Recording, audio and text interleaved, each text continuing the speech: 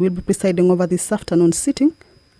Allow me to hand you over to this live broadcast that is brought to you by the Parliamentary Broadcasting Unit in partnership with the Kenya Broadcasting Corporation. Good afternoon. Waheshimiwa, tuombe. Ewe Mwenyezi Mungu ambaye kwa hekima na wema wako umetoa nyadhifa za viongozi na mabunge kwa ustawi wa jamii na utawala wa haki wa wanadamu. Tukusihi utazame kwa neema nyingi sisi watumishi wako ambao wameridhika kutuita tutekeleze shughuli muhimu za jamhuri yetu. Tukuomba uteremshie baraka zako sisi tuliokutanika hapa na utujalie tuyatende na kufikiria mambo yote yatakayofikishwa mbele yetu kwa njia ya haki na uaminifu, ili utukufu na sifa zako ziendelezwe na ili kustawisha amani, ufanisi na heri ya nchi yetu na wale ambao haja zao umezikabidhi mikononi mwetu. Amen.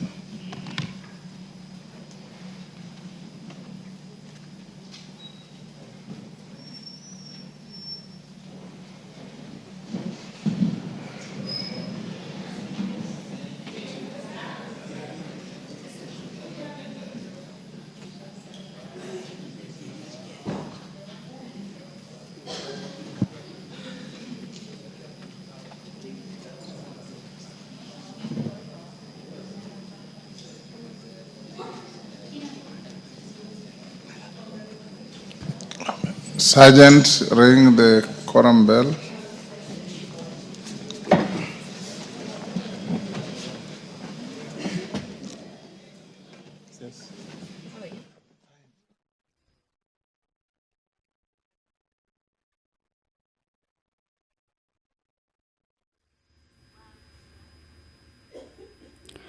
Well, the prayer has been said and the chair taken. However, the House has not collated for it to be able to commence its business.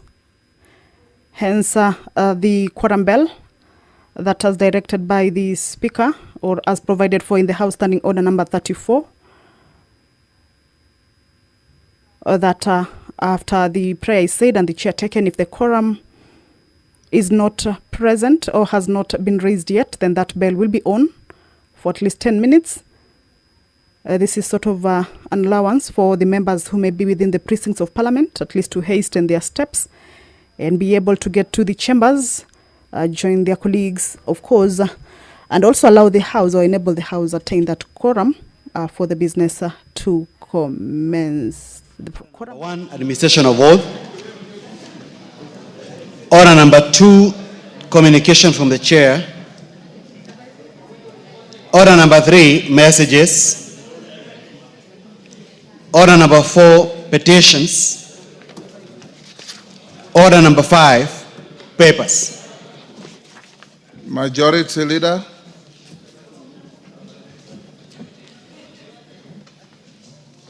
Wapi Majority Leader?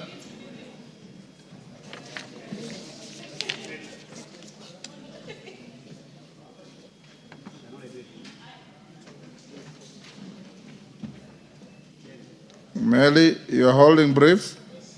Go ahead. Thank you, Honorable Speaker. Honorable Speaker, I beg to lay the following papers on the table of the House today, Tuesday, April 29, 2025.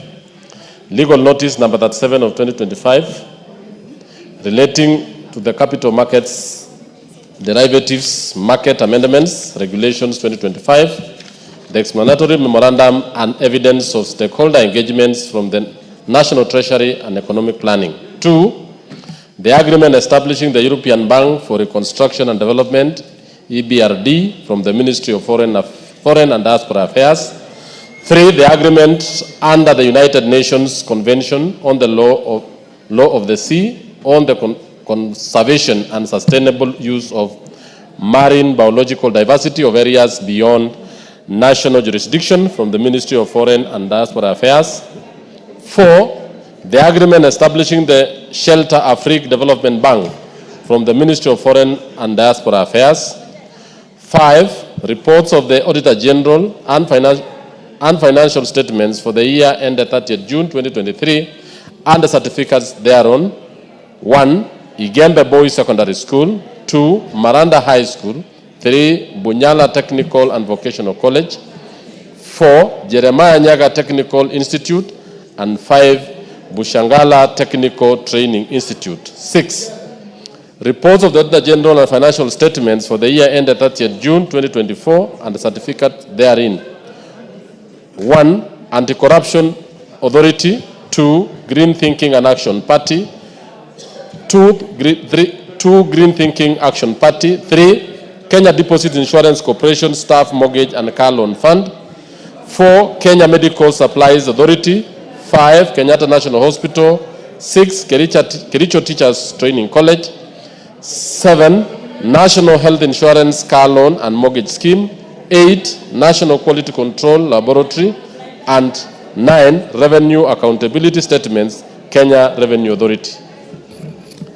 Number 7, Honorable Speaker, is reports of the Auditor General and financial statements for the year ended 30th June 2024 and certificate therein in respect of the following constituencies. 1. Embakasi Central. 2. Embakasi East. 3. Gatundu North. 4. Gatundu South. 5. Githunguri. 6. Juja. 7. Kapenguria. 8. Kisumu Central. 9. Kisumu East. 10. Naivasha. And 11. Rongo. Number 8. Reports of the Auditor General and financial statements for the year ended 31st December 2024 and certificates therein. 1. Consolidated Bank of Kenya, Development Bank of Kenya Limited, and Reinsurance Corporation Limited. I lay, Honorable Speaker. Thank you. Chairperson, Departmental Committee on Communication, Information and Innovation. KJ. Chairperson, Departmental Committee on Blue Economy, Water and Irrigation. Bowen. Thank you, Mr. Speaker. Mr. Speaker, I beg to lay the following paper on the table of the House today, Tuesday, 29 April 2025. The report of Departmental Committee on Blue Economy, Water and Irrigation on budget implementation review for the first half of the financial year 2024-2025. That is the month of July to December 2024 for the following State Department. Number 1, the State Department of Water and Sanitation. Number 2, the State Department of Irrigation. And number 3, the State Department of Blue Economy and Fisheries. Thank you, Mr. Speaker. Thank you. Chairperson, Departmental Committee, Social Protection. Alice. Order, members. Order. Can we have some order? Thank you, Honorable Speaker. Honorable Speaker, I beg to lay the following papers on the table of the House today, Tuesday, 29 April 2025. Report of the Departmental Committee on Social Protection on its consideration of 1, the Pension Amendment Bill, National Assembly Bill number 25 of 2024, and 2, the Care and Protection of Child Parent Bill, Senate Bill number 29 of 2023. Thank you, Honorable Speaker. Chairperson, Departmental Committee on Finance and Planning. Thank you so much, Mr. Speaker. Order.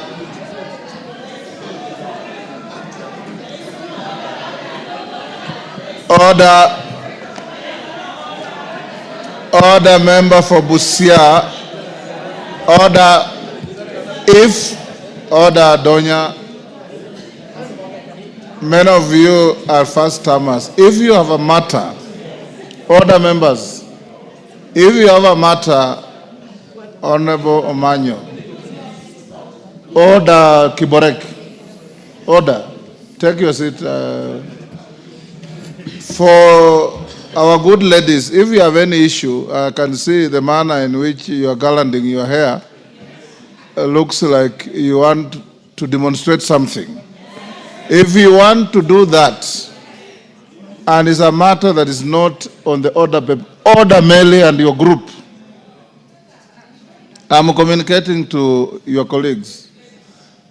If you have a matter that is not listed on the order paper, the decent thing to do is to approach the speaker and tell him that I have a matter I want to raise. It's unlikely that I'll deny you. So you don't disrupt business by just shouting point of order. Meli, go ahead. Thank you so much, Mr. Speaker, for that directives. Honorable Speaker, I beg to lay the following paper on the table of the House today, Tuesday, 29 April 2025, a joint report of the National Assembly Departmental Committee on Finance and National Planning and the Senate Standing Committee on Finance and Budget on the approval hearing of nominees for the appointments as the board members of the Central Bank of Kenya. Thank you. Cases. Chairperson, Departmental Committee on Communication, Information and Innovation.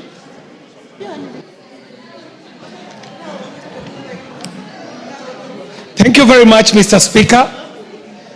And Honorable Speaker, I beg to lay the following paper on the table of the House today, Tuesday, 29th of April, 2025.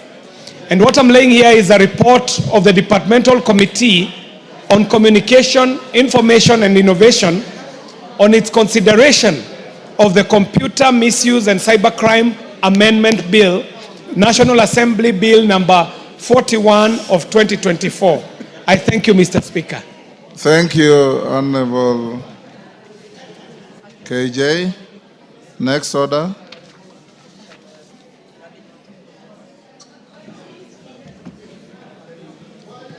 Order number 6, notices of motion. Chairperson, Departmental Committee on Finance and National Planning. Thank you so much, Mr. Speaker. Honorable Speaker, I beg to give a notice of the following motion. That taking into consideration the findings of the Joint Committee of the National Assembly Departmental Committee on Finance and National Planning and the Senate Standing Committee on Finance and Budget on the approval hearing of nominees for the appointment as members of the Board of the Central Bank of Kenya laid on the table of the House on Tuesday, 29 April 2025, and pursuant to Section 11, Subsection 2 of the Central Bank of Kenya Act 491, this House approves the appointment of the following nominees as members of the Board of the Central Bank of Kenya. Number 1, FCPA Sophie Moturi, CPA Abdullahi Mohamed Abdi, MS Petrice Koskei, and Mr. David Simpson Osawa Award. Thank you so much. Thank you. Next order. Order number 7, questions and statements. Order members. Member for Busia County. Thank you, Mr. Speaker. I rise under Standing Order 83 and 245 on budget monitoring and implementation. Mr. Speaker, the 47 women reps in this country are bleeding right now. All of them have been castrated with a blunt badizo. We usually think on our feet and ahead of the curve by planning. Everybody here plans. And when you plan and somebody comes and puts a hitch, then you have only theory with you but no pragmatism. The women reps have been deducted 500 million. We do not know what to do, where to start, but we demand that that money must find its way back to the Ngaf kitty. We need also the PS and the CEO for Ngaf also to give us an explanation why things can happen that way, and they have no clue. We are all looking at each other as if they do not understand their role in those offices. So all the 47 women reps are here to demand their right because they were elected to go and represent their people. As I speak now, even the sanitary towels, the money has never been brought to their account. Take your the seat. Children in Order, schools. Catherine, take your seat first. Honorable distinguished ladies, You do not make your case any better by being rowdy. Kofi Annan always said he had a soft voice with a powerful message. You can deliver a powerful message with a soft voice. And being rowdy does not amplify your message. Allow, I believe Omanyo is your representative. Allow her to finish what she's saying.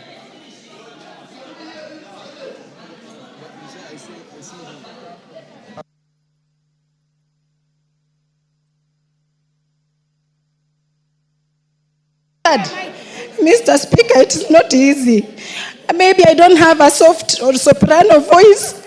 It came out like a bass. But what I'm saying, how do I go to Busia and tell them that I am representing them if the money was stolen and I was seated here acting like I'm sober? Mr. Speaker, I even don't know what to do because I just want to understand. The money itself is meager, very little, that you cannot think to deduct but increase. So we need the women reps, all the women in Kenya, to be represented, to be heard, and we do not want theory every day of women are being empowered, women are being given opportunities, women, and yet it is like giving somebody a present of a goat, but you stick on the rope. We are being remote controlled, Mr. Speaker.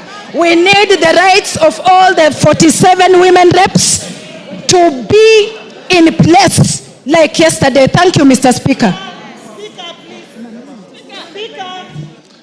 Hasn't she made your case? Donya, other members. Mr. Speaker, today we are joyless. That's why you see we are wearing black. Everything that we have worn. What is on your head is not black. This one is ngaf color. Ngaf color. I can define the rest, which we are in black, Mr. Speaker. Everything is black. We are mournful. We are mournful. Mr. Speaker, we are mournful. Women, we are miserable. Women, we are malcontent. Women, we are dissatisfied, Mr. Speaker. Women, we are aggrieved. We are not happy. You know very well our men in the house.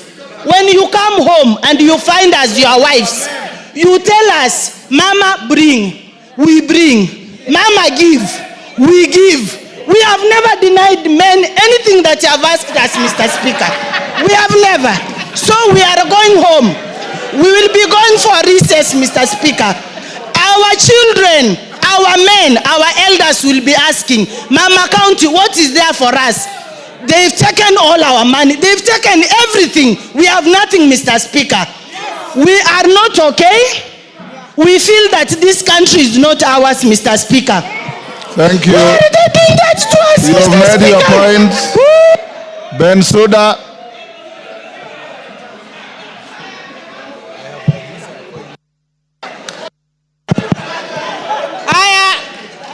Thank you, Honorable Speaker. And now we want the House to be fully silent. Women makes the nation, the world to move. Honorable Speaker, I mentioned to you that you are a speaker worth being a speaker without any other ambition in 2027. Honorable Speaker, I want to say that even God himself saw when the man was lonely and clueless without a woman. Honorable Speaker, that is when Eve was given. In this country, we have fought for 2/3 gender rule. Honorable Speaker, I submit that it is in the Ministry of Gender that we suffered for a long time without the reappointment of the CS, which was lately done. Honorable Speaker, I saw your able panel talk about or ask a question which came out that ladies are running after men. That is why they are being killed. Honorable Speaker, the 47 women in this country would want to deliver. Order, the panel never said that. There is a question which arises, Honorable Speaker. Yes. And it is in record what the CS responded. Honorable Speaker, we do not want to have a PS who is not on toss with issues. We were asked about, we came here and found that 500 million was stuck. And Honorable Speaker, while our money was being deducted, Honorable Speaker, the women were in full support of increment in NGCDF, a worthy fund that helps in our constituencies. I want to say, Honorable Speaker, that even the funds for femicides, which is still not clear, presidential directives are not honored by the State Department of Gender. Honorable Speaker, I want to say that the meager resources we get, we want to achieve affirmative action. You've made your points. Honorable Speaker, 1 second. Even if you are putting on flowers, we are not flower girls. We are competent women leaders in this country. We want money, and we want 1 billion to be reinstated that the president gave us. Thank you, Honorable Speaker. You are ours truly. Let us achieve through your seat. Thank you, Honorable Speaker. Yes, DK. There is a point of order here. Order, Honorable Speaker. I think we cannot allow that charade to continue when you refer men as clueless. It is completely out of order, and Bensouda should withdraw and apologize. There is no way men can be clueless. Order. Order. I order. Order. Order, members. Order. Order. Order, members. Order. Order, members. I know two distinguished lady MPs who look for any slight opportunity to be rowdy. But this is not the moment. If you are pursuing your rights, pursue them orderly. When you shout at the top of your voice, you lose the argument. I'll give only 2 more, and then we close. Zamzam. Yes, Wanjala. Mama Zamzam, take your seat. Yes, Wanjala. Thank you, Mr. Speaker. Mr. Speaker, even from the Bible, Mr. Speaker, whenever a woman asks for something, is given. Mr. Speaker, this is not something to be debated. Which Bible are you quoting? Mr. Speaker, Genesis.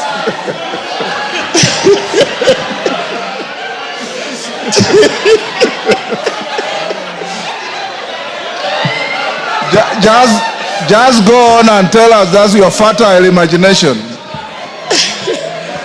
Mr. Speaker, these women, remember, they also occupy very big constituencies. I honestly and kindly request you, Mr. Speaker, to stop the debate and give order to the person who deducted their money to return that money immediately. Zamzam. Zamzam. Give. Asante sana Mheshimiwa Spika. Mheshimiwa Spika, kama mama Mombasa, leo nimetamaushwa sana Mheshimiwa Spika.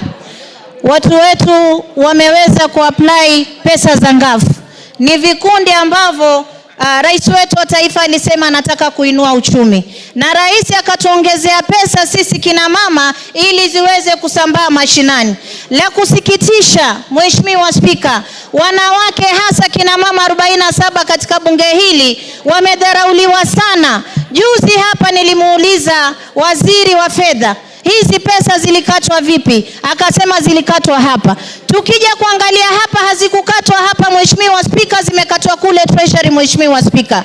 Mimi tunataka niwaelezee wa Kenya, hawa kina mama 47 mnaoona leo bungeni, wakija kule mashinani, mimi naomba muwaelewe pesa zao zimekatwa. Kama kuna groups zilikuwa zimeapply ngaf, na waomba mjue grupu nyingi sana zitakosa ngaf, musiweze kuwapiga hawa kina mama kule mashinani. Lakini awali ya yote, Mheshimiwa Spika, mimi naomba waziri wa fedha aturegeshe 500 million zetu ambazo amekata. Na mimi naomba waziri wa fedha, manake tumeona hata imekuwa advert kwenye gazeti, Mheshimiwa Spika, tuko kina mama 47, lakini advert imewekwa kwa gazeti mambo ya sanitary towels wameweka counties 17 peke yake. Sasa kule kwetu Mombasa hakuna, ijionekana watasema mama Zamzam amekula pesa, Mheshimiwa Spika. Leo huyu kwa Busia ataambiwa amekula pesa, Mheshimiwa Spika. County ni kubwa, pesa yetu ni ndogo, badala tuongezewe tunafinywa. Rais alisema atatetea kina mama, na leo mimi namuomba rais kwa unyenyekevu, una power, una nguvu, muite waziri wa fedha aje turegeshe pesa zetu, tuingie mashinani tufanye kazi ili kazi yako ionekane. Asante sana Mheshimiwa Spika. Thank you, good ladies. You have made your point. Let me now ask the finance chair.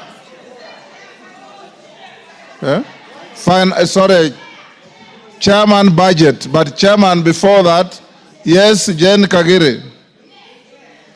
No trade unionism here. Thank you, Honorable Speaker.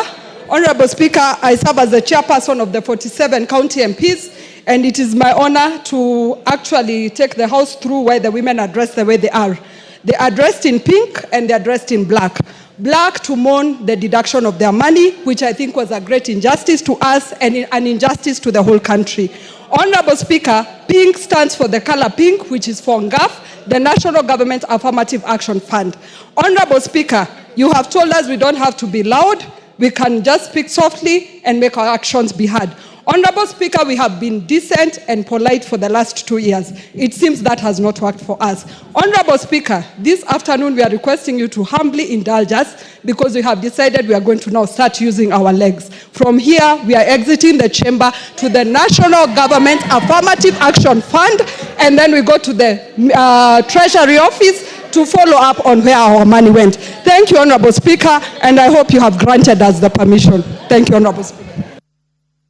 The chairman of budget. Yes, Kainan. On the same issue? Yes, Mr. Speaker. Yes. Give Honorable Kainan the mic. Mr. Speaker, there is a reason why, and I speak here as a person who participated in the drafting, formulation, and adoption of the current constitution. And there is a reason why the framers then decided to have special seats for our ladies. It didn't come out of the blue. It came as a result of the historical marginalization that has taken place, both the post-independent and pre-independent Kenya, Mr. Speaker. Mr. Speaker, it's not fair to deny them a right that has been granted through a legislative framework. Mr. Speaker, I want to appeal to the Mandarins in Treasury to be considerate when they are dealing with certain sensitive issue. This right has already been given. Removing is not fair. Mr. Speaker, you also know that our ladies are the majority voters in our country. They are the majority in the population, Mr. Speaker. Mr. Speaker, I want to appeal to my chair here. Even as a member, I feel ashamed. Let me tell you the truth. Out of a budget of 4.7 trillion, denying our ladies 500 million in the middle of the budget, it's not fair. Mr. Speaker, I want to plead with you. Direct the chairman budget to urgently find a mechanism to reinstate these provisions so that our ladies are not subjected to what they are going through. And in future, Mr. Speaker, because we are all in this political arena, we should be careful with certain decisions that we make. This is a right. Please don't leave it like that. Demand for more. Demand for more allocations. That is the only way you can represent the 47 counties that you are representing. I support your cause. Thank you, Honorable Speaker. Thank you, Honorable Speaker. Honorable Speaker, I am represented in this house by a very able women rep, the Dr. Christine Ombaka of Siaya. And Honorable Speaker, I've seen the amount of work that has been done in Siaya courtesy of NGAF. And therefore, I would be the last person to participate in deducting funds that are meant for NGAF. I want to say, Honorable Speaker, that I agree and support the sentiments by my lady colleagues, and that as a matter of responsibility, I'm going to convene a meeting with the National Treasury with a view to considering using Article 223 to avail resources for GAF that were deducted. Honorable Speaker, having said that, I want to tell my lady colleagues that budget making is a role of this House. Treasury does not make the budget. Budget is made here. And that when these deductions happened, they happened under the leadership of your colleague who was running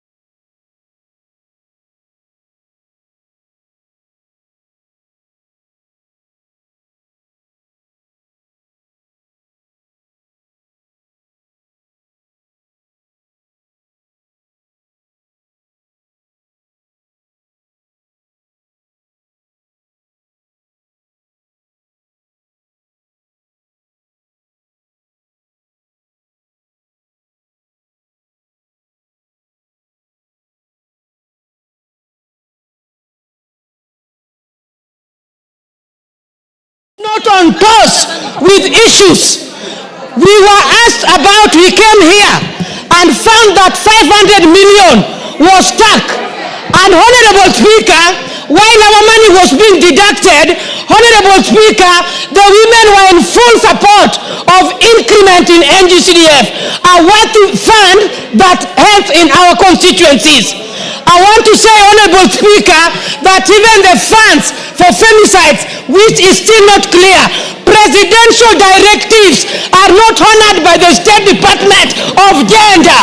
Honorable Speaker, I want to say that the meager resources we get, we want to achieve affirmative action. These women, Honorable Speaker, 1 second, even if you are putting on flowers, we are not flower girls. We are competent women leaders in this country. We want money and we want 1 billion to be reinstated that the President gave us. Thank you, Honorable Speaker. You are ours truly. Let us achieve through your seat. Thank you, Honorable Speaker. Yes, DK. There is a point of order here. Honorable Speaker. I think we cannot allow that charade to continue. Thank you, Mr. Speaker.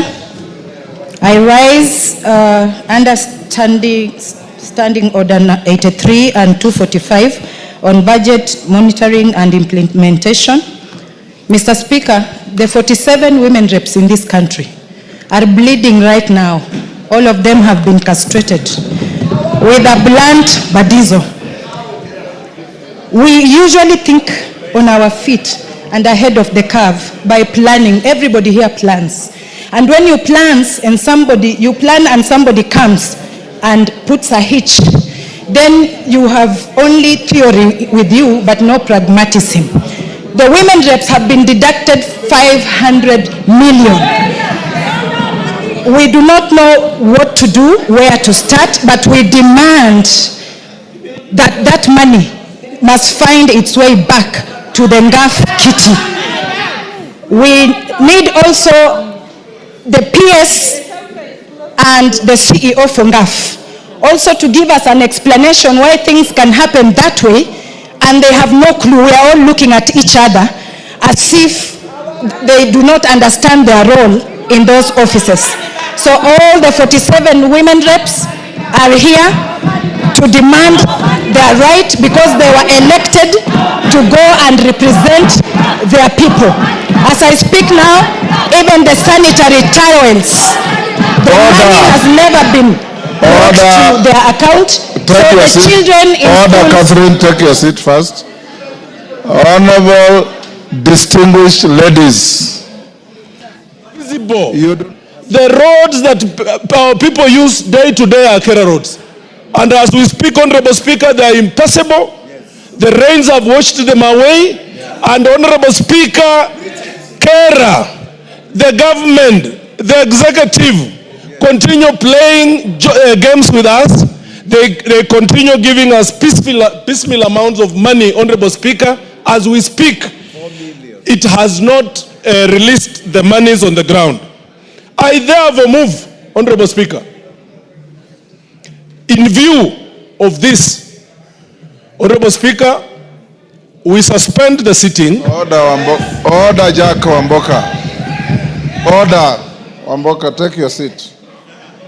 You came to the Speaker to simply raise and seek a statement on when the funds are going to be released.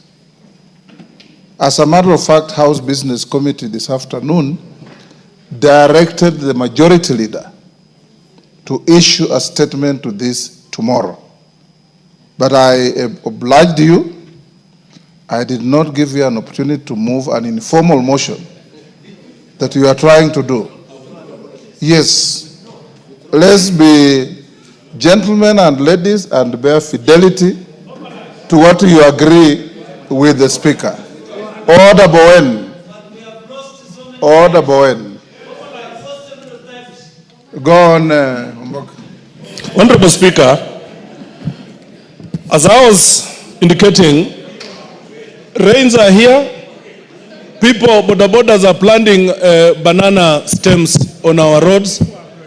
Honorable Speaker, lives are unbearable because things cannot work, the roads are not motorable.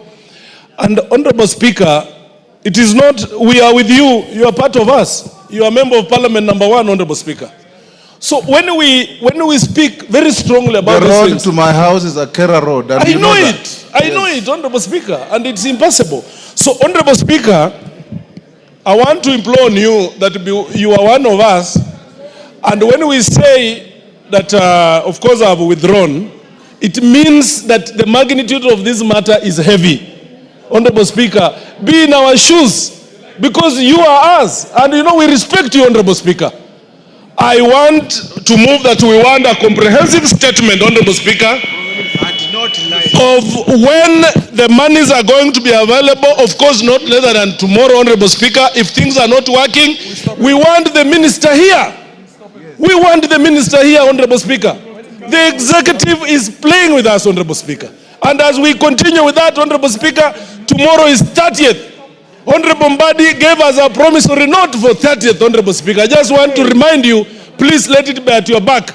But if this thing can't work, Honorable Speaker, tomorrow, please direct that we have the minister here. If he is not doing his work, we also place an embargo to him that he should not conduct business of government, Honorable Speaker. Thank you, Honorable Speaker.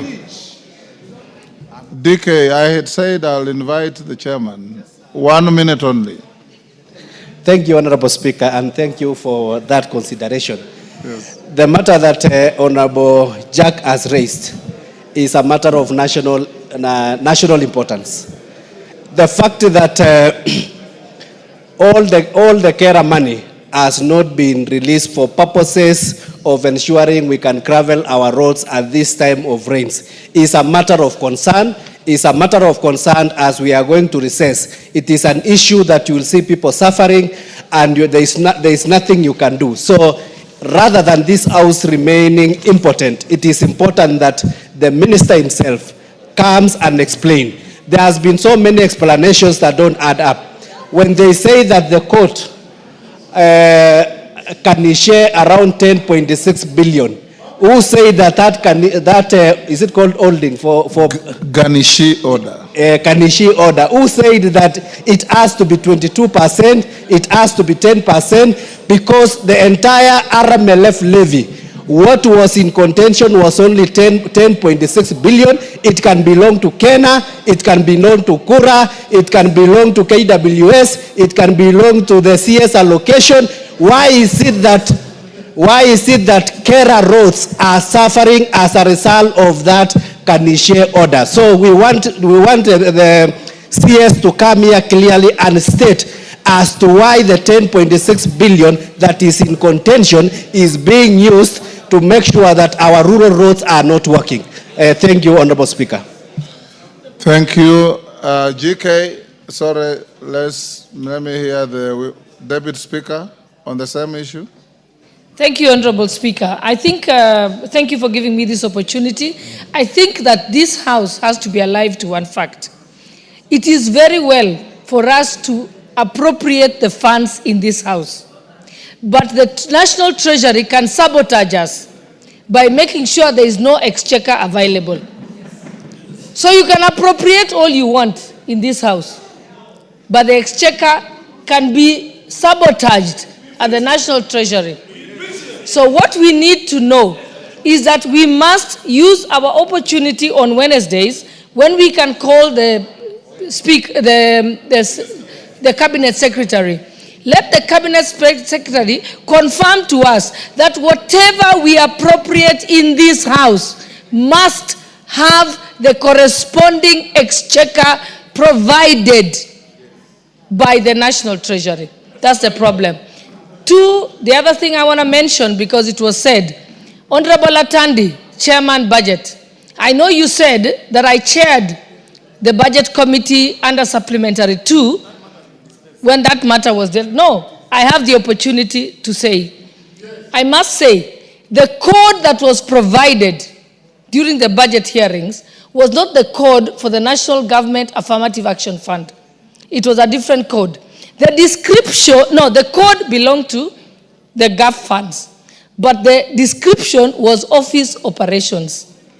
How was I supposed to know, or anybody in the budget committee to know what a code is? So actually, the Ministry of Gender were being deceptive to the budget committee at that time. And we are asking them to treat it as an error, and come back. No, they can treat it as an error, and then they can come back to us and do it under Article 223. It's very simple. We can correct an error. That is what happened. Thank you, Honorable Speaker. That is exactly what I've directed, Deputy Speaker. Let's follow that. GK. Now, GK, if you have a satisfactory explanation, go ahead. If you don't try. Thank you, Honorable Speaker. Thank you for your advice. Order, members. Order. Honorable Speaker, this is a very important debate. And the reason I'm saying, order, GK, take your seat. The reason I'm saying don't try is that in the event you are not ready with material facts to the issue, tomorrow afternoon we have the PCS and we have listed only 4 questions. If you are able to satisfy your colleagues, go ahead. If you are not, I then can direct the clerk to call the minister to come here tomorrow afternoon on that singular issue of RMLF. So it's up to you. Thank you, Honorable Speaker. And this is a very important and serious discussion or debate we are having here, Honorable Speaker, this afternoon. I want to agree with you that the matter solely lies with the Cabinet Secretary who will be coming here tomorrow. And I want to urge honorable members to avail yourselves. He has not been invited yet. You are inviting me to direct that he be invited? Yes, please. So when the Speaker allows the Cabinet Secretary to come here, honorable members, I want to urge you to avail yourselves so that we can take the Cabinet Secretary through our experiences as members of Parliament. Because, Honorable Speaker, I don't believe this money belongs to members of Parliament as it is said out there. This money belongs to Kenyans, and we must do whatever it takes to serve our people and avail resources that are appropriated by this House. Honorable Speaker, I urge members to be patient and engage the Cabinet Secretary when he comes here. So, honorable members, thank you.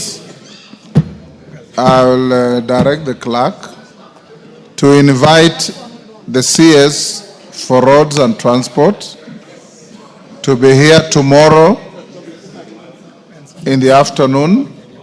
We will start with him for 30 minutes only before we have the Prime Cabinet Secretary to answer to several issues, including the very contentious issues you have been raising here about hardship areas and their designations and the allowances that go with it. So tomorrow, those who have been agitating about order, Honorable Wanjala, of late you have been behaving so well.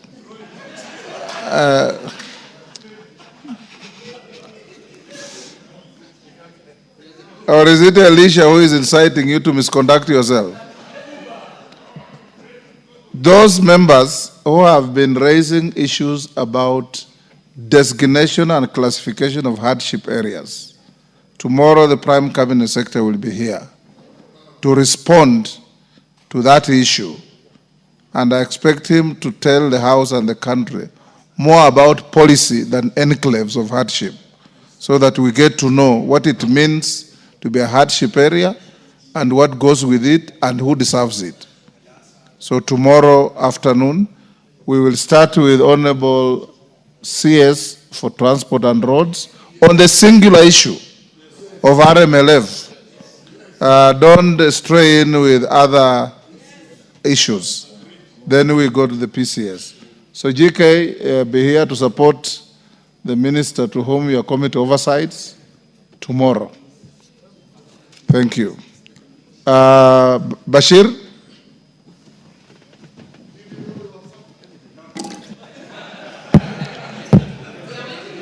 Honorable Speaker, thank you very much. Honorable Speaker, I want to bring to the attention of this House something of national importance that has been happening in the last 2 days. And this is a matter that has been aired on our media stations and televisions called Bloodbath Parliament. Honorable Speaker, that documentary was run by BBC World Service, and it's been run through our national media stations. And it captures or talks about the event that happened in June the 25th. A very sad day indeed, tragic and shameful. Tragic in the sense that we lost lives of our fellow Kenyans. Shameful in the sense that democracy of the parliament was about to be infringed. And nevertheless, it has come at this time, a time that we have really moved on. We spoke about that issue in this House, discussed it, sympathized, mourned our fellow Kenyans who passed on during that day. However, it has come at this time again. As much as we agree that our fellow Kenyans lost their lives, unfortunately, but we also moved on to ensure that we reconcile the country as we move on. BBC World Service has attended to this matter in a way that also looked at the Kenyan society or African society as something that discriminatory, sort of, if I may say so. Honorable Speaker, it looked like our media stations also picked it up without questioning how BBC World Service aired the story. It happens world over. People are killed, our people are killed, we sympathize, we moved on. Even world over. Remember, there was the same issue or similar in Capitol Hill. BBC World Service never took the opportunity to say something. It happened in London, they never said it. It happened in many Western nations, they never said it. Above all, there's the killing of women and children in Gaza, and BBC World Service never speak about it. Unfortunately, where 50,000 have been killed so far, especially women and children by a country. They never cover those things. So I think the timing of that report,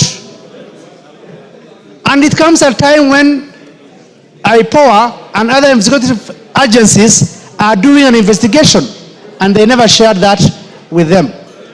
Let us not subjugate or discriminate against our own agencies that we think are doing their jobs. It's a matter of us saying, let us ensure that they have capacity to do their job. But let us not clap hands for foreigners who always come and say, this is wrong, what you're doing. Pointing fingers at whatever we do. BBC is a world-renowned station, media station. They have never talked about the genocide that is happening in Gaza, and yet it's a world service. But they want to incite at this time. So, Honorable Speaker, I think why I'm raising this point, because the title itself talks about bloodbath parliament. They should have talked about the protests that happened that day in Kenya or Nairobi, but they chose to use the term bloodbath parliament. That is to also see parliament in a very bad light. This doesn't mean that we don't sympathize with our Kenyans who have been killed. We did here. We mourned them. We empathized with them. We sympathized with them.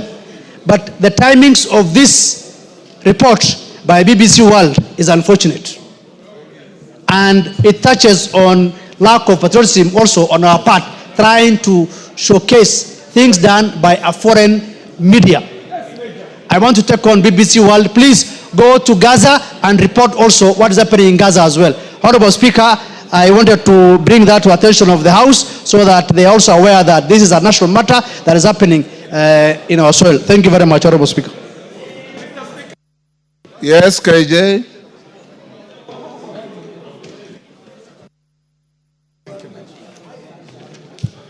Mr. Speaker, this matter that has been brought to the floor by Honorable Bashir is a very critical national matter that we need to prosecute with sobriety as Kenyans. Mr. Speaker, there is no member who would rise on the floor of this House to support atrocities by any uniformed officer against our citizens. And in fact, we are not here to say whether the Kenya Army or the Kenya Defense Forces have done right or done wrong, because it is not in our place to judge them. However, Mr. Speaker, it is not lost to my mind that in the last parliament, Mr. Speaker, this House declined to assent to the renewal of the terms of service and the terms of training of the British Army Training Unit in Kenya, the Batuk. Mr. Speaker, when we refused to sign up and regularize Batuk's presence in Kenya, we took a hitting as a House, Mr. Speaker. But in this 13th Parliament, the Parliament has been able to pass that British Army Training Unit in Kenya can practice and train on our mother soil, Mr. Speaker. However, that was not without a rider. This House put a rider, and the rider was serious, Mr. Speaker. The rider was saying that there is no way that a British officer can end up committing a crime in Kenya and not tried in Kenya. Mr. Speaker, the British Army Training Unit is known to have killed our people. They are known to have raped our women. They are known to have maimed our people. Mr. Speaker, they are also known for serious environmental degradation. And we understand, Mr. Speaker, even in media, that the BBC is funded by taxpayers' money in Britain, meaning that BBC is funded to push the foreign agenda of the British people internationally, Mr. Speaker. And so we must know, is BBC speaking as a mouthpiece of the government and the people of Britain? Or what is it that the BBC is doing? Could it be an attempt to untwist this country so that they can rescind on the rider that we put on their training of the Batuk units in Kenya, Mr. Speaker, and perpetuate a history of extractive economy, oppressive economy, and exploitative economy in a very unfair trade balance between Kenya and the UK. Mr. Speaker, even as we debate this matter, it is not lost to us that yes, there were unfavorable events that took place in the time and the lead up to the finance bill. But Mr. Speaker, that is not what we are debating. We would like to know for a fact whether what BBC is hearing is connected to the riders that this House put on the training of the British Army Training Units in Kenya, where we were requiring that any officer of the British Army, if they are found here in Kenya to have killed, to have maimed, to have raped, they should be tried here in the mother soil, as it would happen even for a Kenyan if they were found on, guilty of a criminal offense in the UK. So that, Mr. Speaker, the issues are clear for Kenyans, because we know there are many issues that have happened in the UK, very many issues that have happened elsewhere, but they did not get the media presence that we are seeing being put on this issue of the Kenyan Defense Forces. And I dare say, Mr. Speaker, that I do not speak this in defense of the Kenya Defense Forces. I speak this to frame the issues so that even as we are talking about this issue, we know that there could be an interest that is an ulterior interest being pushed with these media reports, because I know as a media practitioner, there is never a news item that appears on a prominent media station that is an orphan. Any media item that comes up on a media station has its own father and it has its own mothers. I thank you very much, Mr. Speaker, and let us look at the agreement that we put down for the British Army to be able to train in Kenya and on Kenyan soil, and the exploitation of our environment, the depletion of our environment, and the cases that we know of human rights abuses that are conducted by the British Army on Kenyan soils. The killing, the maiming, and the raping will not go unnoticed, and we will not keep quiet about this issue. Thank you very much, Mr. Speaker. On the same, Millie? Yes, Millie? Thank you, Mr. Speaker, and I want to thank Honorable KJ for urging that we speak soberly about this issue. And Mr. Speaker, I wish to speak soberly about this issue. And sometimes when you're in leadership, you have to take the road less traveled. And on this issue, I want to take the path less traveled. Mr. Speaker, we lost many young people. And we have very many young people who are traumatized as a consequence of what happened.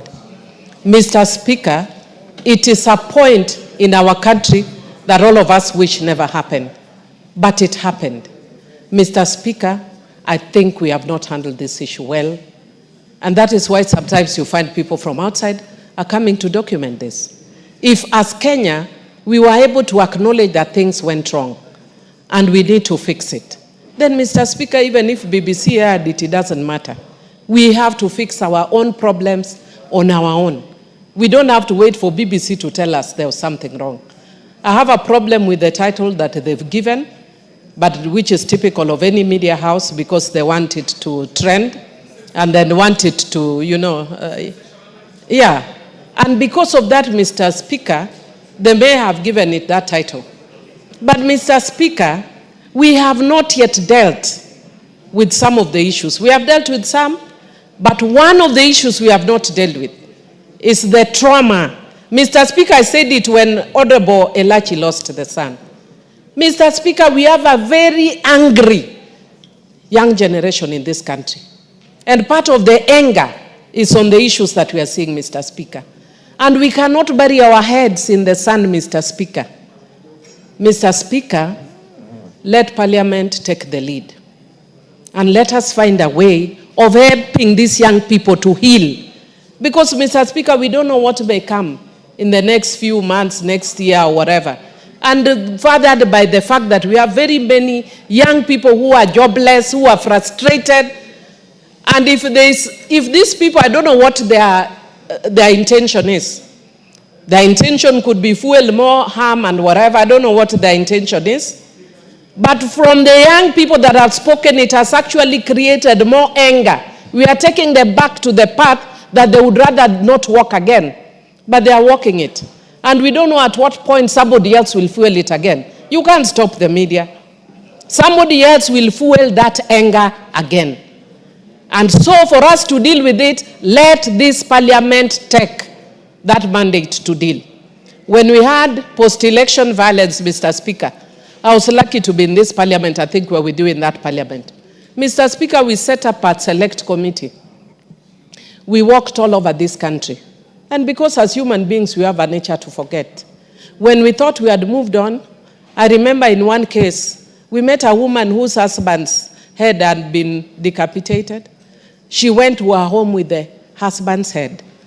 And we are dealing with people who are angry, people who are depressed. And going there, Mr. Speaker, I remember today when I was speaking in Parliament, I broke down and cried. Not because of me, but because of what we had. And we think we are moving on, but there are many young people who have not necessarily moved on. Mr. Speaker, personally, I would appeal, and I don't want to sit in that committee, but I would appeal that we set up a select committee to deal with this issue that stemmed not necessarily the finance bill, but the after effect of that finance bill. Mr. Speaker, I humbly agree that we deal with this soberly, and I'd want to discourage us from going through a process which we think may be politically correct, but does not necessarily move us forward as a country. Thank you, Mr. Speaker. Beatrice Kamei, ask your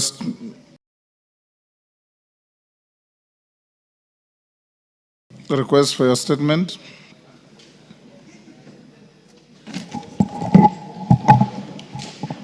Thank you, Honorable Speaker.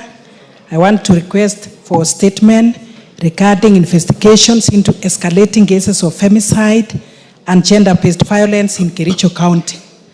Honorable Speaker, pursuant to Standing Order 44.2 Part C, I wish to request for a statement from the chairperson of the Departmental Committee on Administration and Internal Security regarding investigations into escalating cases of femicide and gender-based violence in Kericho County.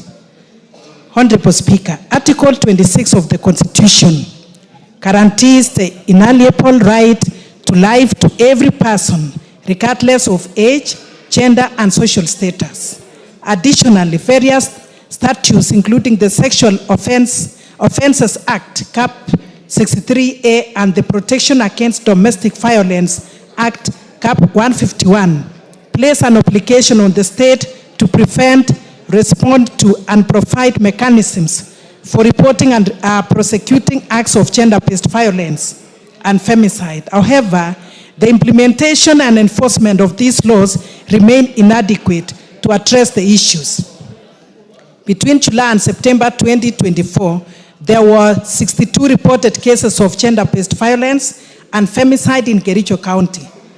On 14th April 2025, MS Mercy Chelangat, a 27-year-old mother of two from Kapkwen village in Kipkelion West, was allegedly stabbed by her husband during a family reconciliation meeting, an attack which occurred in the presence of other family members. MS Chelangat is currently recovering at the Kericho County Referral Hospital, along with two other family members who were allegedly injured during the incident. On 17th April 2025, barely 3 days later, MS Miriam Chelimo, a 25-year-old woman, mother of two, who was pregnant, was allegedly attacked by her husband at Kilmori Shopping Center at Kitoi Village. She was rushed to St. Vincent Hospital in Moroni, where she succumbed to her injuries. Honorable Speaker, despite the severity of these incidences and the attackers being known, there have been very few arrests and almost no successful prosecutions. The continued absence of justice violates the right to life, equality, and freedom from discrimination as enshrined in the Constitution. Notably, on 14 February 2024, this House adjourned its business under Standing Order 33.1 to address the rising femicide in the country.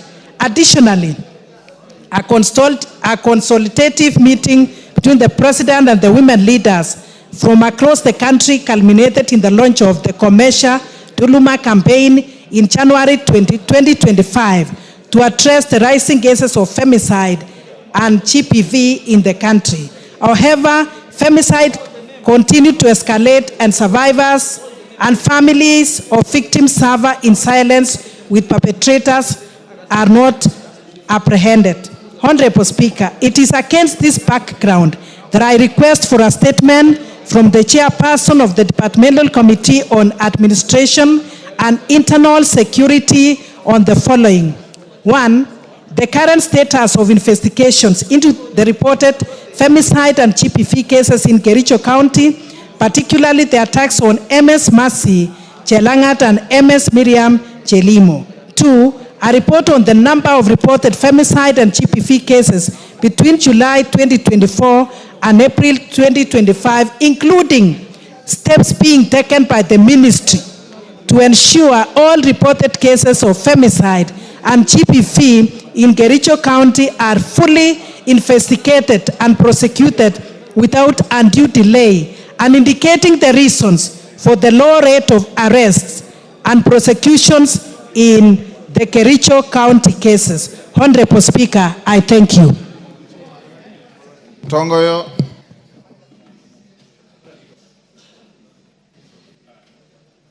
Thank you, Honorable Speaker. When can you bring a response? I will issue the response first week on reception from the recess.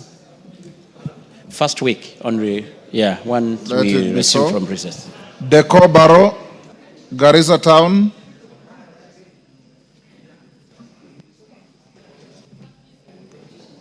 Thank you, Honorable Speaker. Honorable Speaker, pursuant to the provision of Standing Order 44-2C, I wish to request for a statement from the chairperson of the Departmental Committee of Education regarding the status of key projects at Garissa University.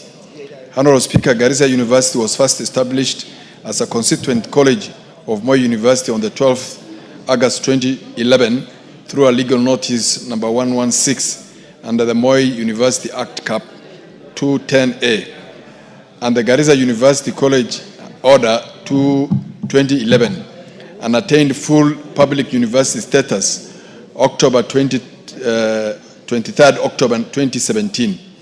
In 2015, the institution, then Garissa University College, saw a period of closure following the terror attack.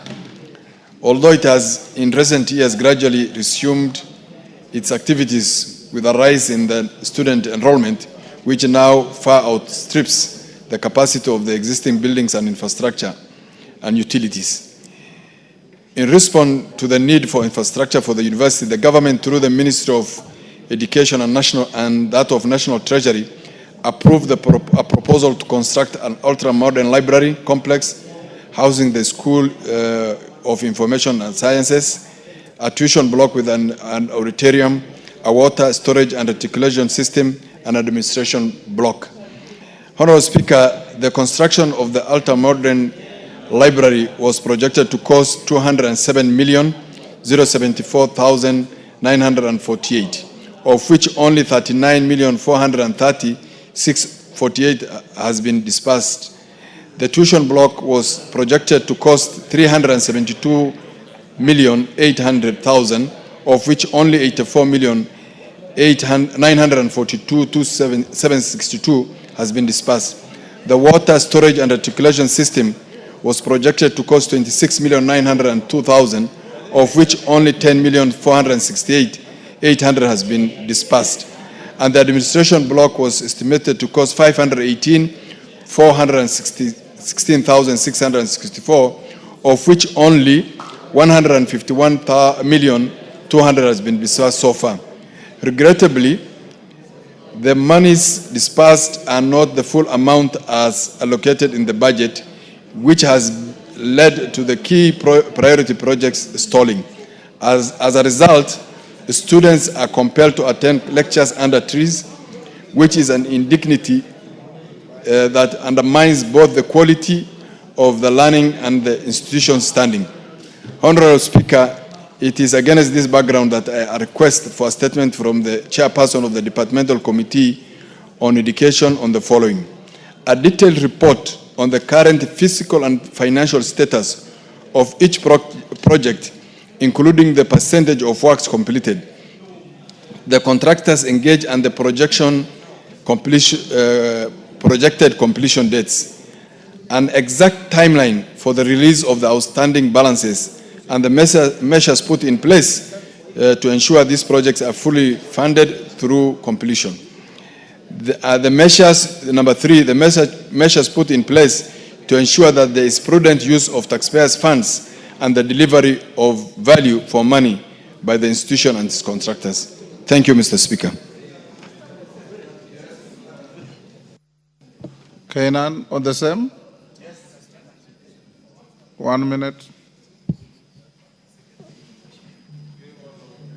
Thank you, Mr. Speaker. Mr. Speaker, Garissa University is the only university in the entire region of northern Kenya.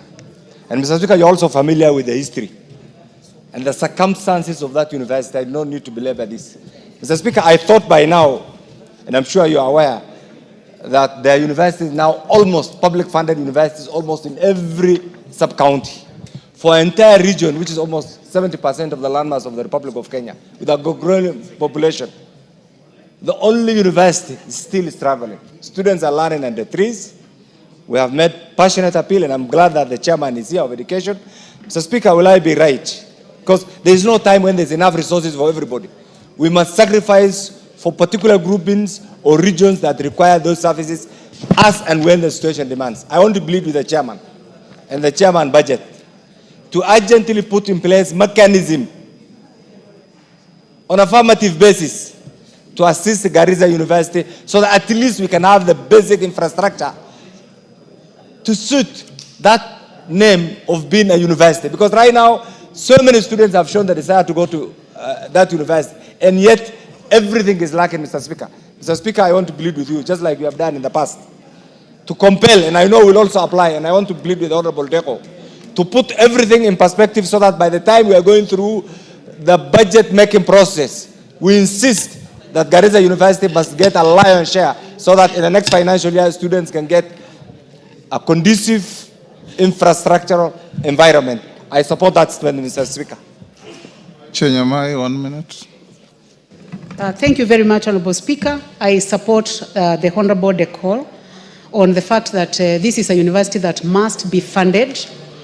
And Honorable Speaker, I would like to add something, Honorable Speaker, that we should not forget the circumstances that made this university to be closed.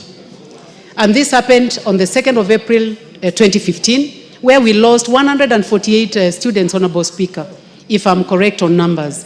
But the fact is that we lost so many students there.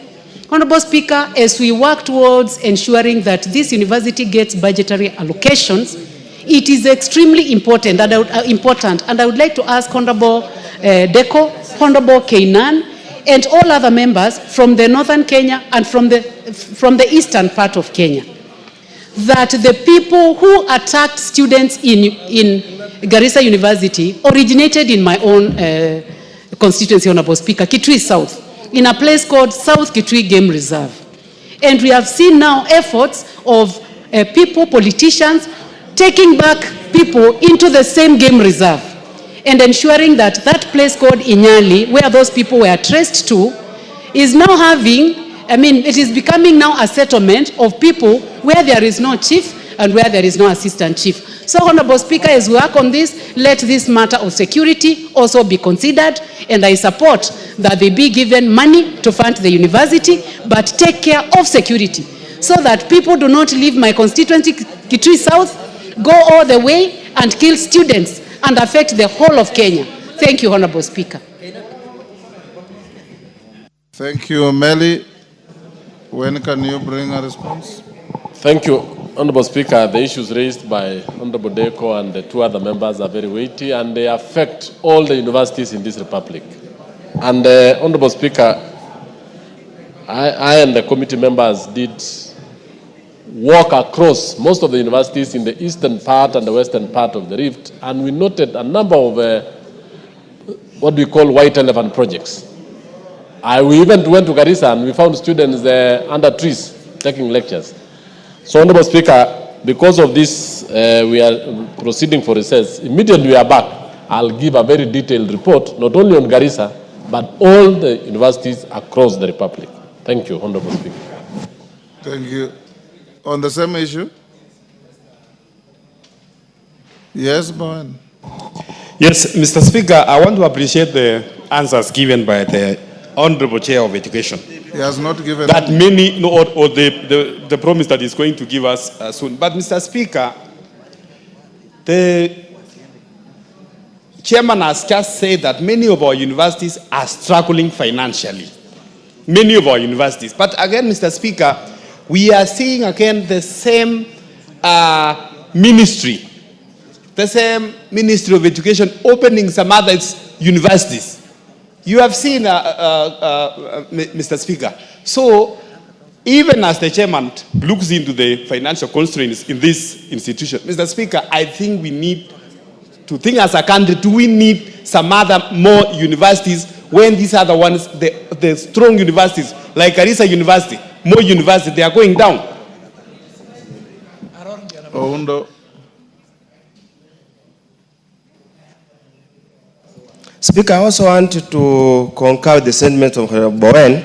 Honorable Speaker, the truth of the matter is that our universities are limping. And the government or the executive has no capacity to fund and sustain these universities. Probably as he comes up with that statement, you need to be very clear on what modalities, what measures are you putting in place to make sure the universities that exist remain afloat, and what measures are you going to put in place to shut down those that cannot remain afloat and have got no capacity to remain afloat. Honorable Speaker, many days, every day you see a university has been opened here, then when you go to the constituencies, they force you, can you go ask for a university? But where I sit, I know it's no longer sustainable to open new universities. We need to be very clear as a country, do we need to continue? And in any case, Honorable Speaker, even if you look at the returns from KUSIPs, you find most students who even qualify to go to university are opting for TVET instead of universities. So it's time now to start to rethink how do you manage our universities. Thank you, Honorable Speaker. Melly will do as you have promised. Kainan. Thank you, Honorable Speaker. Pursuant to the provisions of Standing Order 44.2c, I wish to request for a statement from the Chairperson of the Departmental Committee on Energy regarding the extension of the national power grid from Garissa to Wajir and Mandera counties in the northern Kenya region. So it's just the same thing about the university right now. Honorable Speaker, access to electricity is a fundamental driver of socio-economic transformation and a key enabler of development. The residents of this region, Mr. Speaker, have experienced unreliable electricity in the past, and this is clearly documented, which has disrupted critical services, stifled business operations, and limits access to education and healthcare, ultimately hindering economic growth.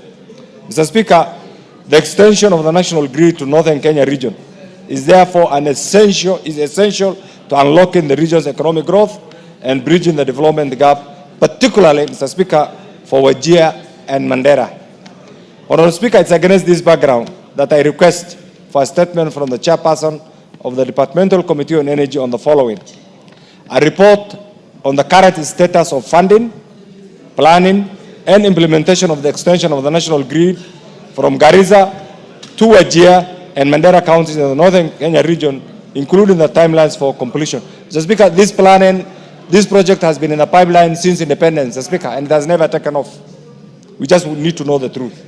Two, Mr. Speaker, the immediate and long-term measures the government is putting in place to ensure the residents in northern Kenya region get access to reliable and affordable power, Mr. Speaker.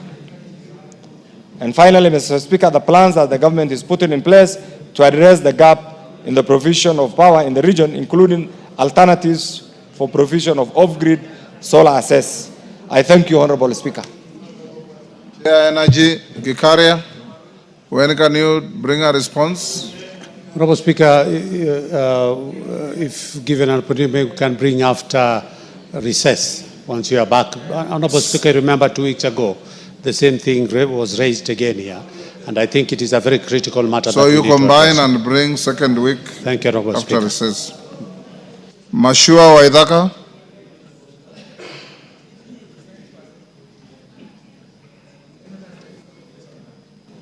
Member for Kiambu County, Kiambu constituency. Kiambu, yes. Thank you, Honorable Speaker.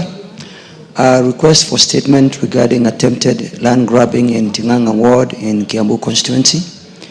Honorable Speaker, pursuant to Standing Order 44.2c, I wish to request for a statement from the Chairperson of the Departmental Committee on Lands regarding the attempted land grabbing targeting the family of the late Mr. Wilson Bodu in Tinganga Ward, Kiambu County.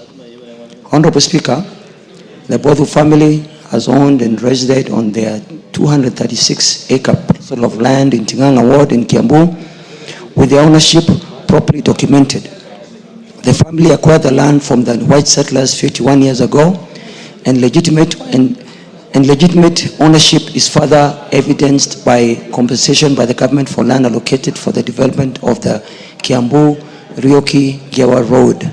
An additional compensation received for allocation of land for the Athi Water 3 pipeline easement.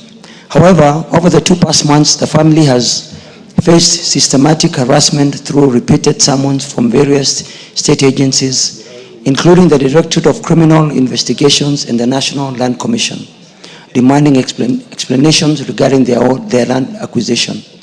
Honorable Speaker, the harassment has escalated to include unauthorized visits to the property of the family and acts of vandalism within their farm, which has disrupted their farming activities.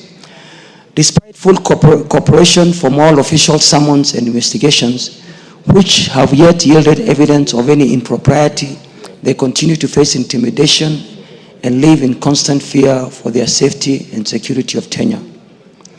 Honorable Speaker, it's against this background that I request for a statement from the chairperson of the Departmental Committee on Land regarding addressing the following. 1. Reasons for the repeated summons issued to the Bothu family by various state agencies, including specific details for any informal investigations being conducted. 2. The actions being taken to investigate and address the repeated incidents of vandalism and unauthorized access to the family's property. 3. The specific steps being taken by the ministry to protect the legitimate landowners of the Bothu family, given their documented history of ownership and previous official transactions with government agencies. And 4. The measures being implemented to protect legitimate landowners from harassment and intimidation by state officers and those interested parties in Kiambu and in the country. Honorable Speaker, I further wish to state that I read this statement on 2nd December, and on 5th December, the Land Committee invited the PS Department for Lands, Honorable Nixon Correo, to provide information regarding the matter. And the record was set straight that indeed the Bothu family do indeed own this land. Honorable Speaker, on the 22nd April of this year, around 11:30 a.m., the family alleges that officers from the DCI headquarters went to the family farm and asked them to vacate the land. It's with this, Speaker, that I seek your direction on this matter. Thank you. Chair Lands. Any member of Lands Committee? Rachel Nyamai, can your committee bring a response after the recess? Yes, Honorable Speaker. Second week. I commit to inform the chair so that the response can be brought the second week after opening. Thank you, Speaker. Thank you. Cynthia Muge, she had approached the chair and indicated she was going out to a meeting, so her question can be deferred to tomorrow. Her request rather for statement deferred to tomorrow.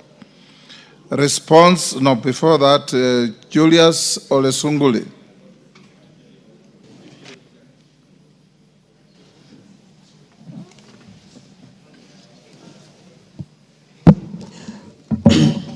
Mr. Speaker, sir, pursuant to the provisions of Standing Order 44.2c, I wish to request for a statement from the chairperson of the Departmental Committee on Administration and Internal Security regarding the unfortunate incidents at Angata Barikoi in Kilgoris constituency. Mr. Speaker, sir, yesterday, Monday the 28th of April 2025, was a very sad day for Kilgoris. 6 persons, namely Mr. Paul Parsuben of Kapsinendet Village, and Mwalimu Joseph Rono of Chelchel Village, Mr. Isaiah Kipkoech of Kabusa Village, Mr. Gideon Koech of Kapsinendet, and Mr. Nelson Rono of Rotka Village, all of Kilgoris constituency, lost their lives after being shot by the police officers from Angata Barikoi and Lolgorian. In addition, the Registrar of Lands Kilgoris, Mr. Jepkwesi, and several other officers were also injured and admitted to various hospitals within the area. The incident occurred during a protest that erupted over a disputed parcel of land where the current residents are believed to be the rightful owners, having lived there as their ancestral land. The security situation in the region remains tense following this incident. Mr. Speaker, it's against this background that I request for a statement from the chairperson of the Departmental Committee on Administration and Internal Security on the following matters. One, the chairman should inform us who authorized the police officers to use live ammunition against residents who are not armed. Two, why did the registrar and surveyors go to survey land belonging to people of Angata without their consent and fully knowing that the land has a title deed? Each of those pieces of lands are owned by definitely known people. And what was the reason why they had to go and resurvey people's land? Who wants to take that land? Mr. Speaker, thirdly, why is the ministry, and I'm talking about the Ministry of Internal Security, retaining officers in Lolgorian and in Transmara South who have overstayed and they have outlived their usefulness? And now they are being used, I don't know, for some special interest. Can the chairman tell us whose interests are these officers serving, and can he consider removing them immediately? And Mr. Speaker, the government should consider ensuring that the families that have lost their people have been compensated. Mr. Speaker, I beg to request. Thank you. Kitayama. Mr. Speaker, kwa ruhusa yako naomba kumuunga mkono Mheshimiwa jirani, Mheshimiwa Sunkuli. Mheshimiwa Speaker, Wazaramo wana msemo unaosema kwamba mla huliwa. Kuna matatizo mengi sana Mheshimiwa Speaker ambaye yameibuka eneo hili. Na matatizo haya Mheshimiwa Speaker, sisi tunashangaa kwamba mara kwa mara kilio kikubwa zaidi kinatokana wakati ambapo vyombo vya dola kwa serikali tofauti tofauti vinaingilia swala hili. Mheshimiwa Speaker, juzi tu hapa mwezi wa 11 Mheshimiwa Sunkuli aliomba statement ya aina hii kwa ajili ya mambo haya, na wakati huo ilikuwa ni Angata Baragoi Mutembei mpakani pale. Jamii ya jirani zetu wanazozana Wakuria na Kipsigis. Mheshimiwa Speaker, wakati huo ikaonekana ni jambo ambalo linahitajika lichukuliwe kwa dharura. Wewe Mheshimiwa Speaker, ni kushukuru sana kwa sababu ulitoa agizo kwamba kamati ya usalama, kamati ya administration ambayo inaongozwa na rafiki yangu, ndugu yangu, jirani yangu Mheshimiwa Tongoyo, aje pale katika eneo la tukio aweze kuangalia ni nini tunaweza tukakifanya ili kwamba usalama uweze kuendelea kuwepo pale. Mheshimiwa Speaker, mimi ukao umenituma mimi kikazi kwenda Dubai. Nikakata safari yangu kwa siku 2 mfululizo ambazo nimerudisha hata hela ambayo ulikuwa umenipa mimi kwamba nikaweze kuwa pale. Kwa sababu jambo hili ni nyeti, nikarudi.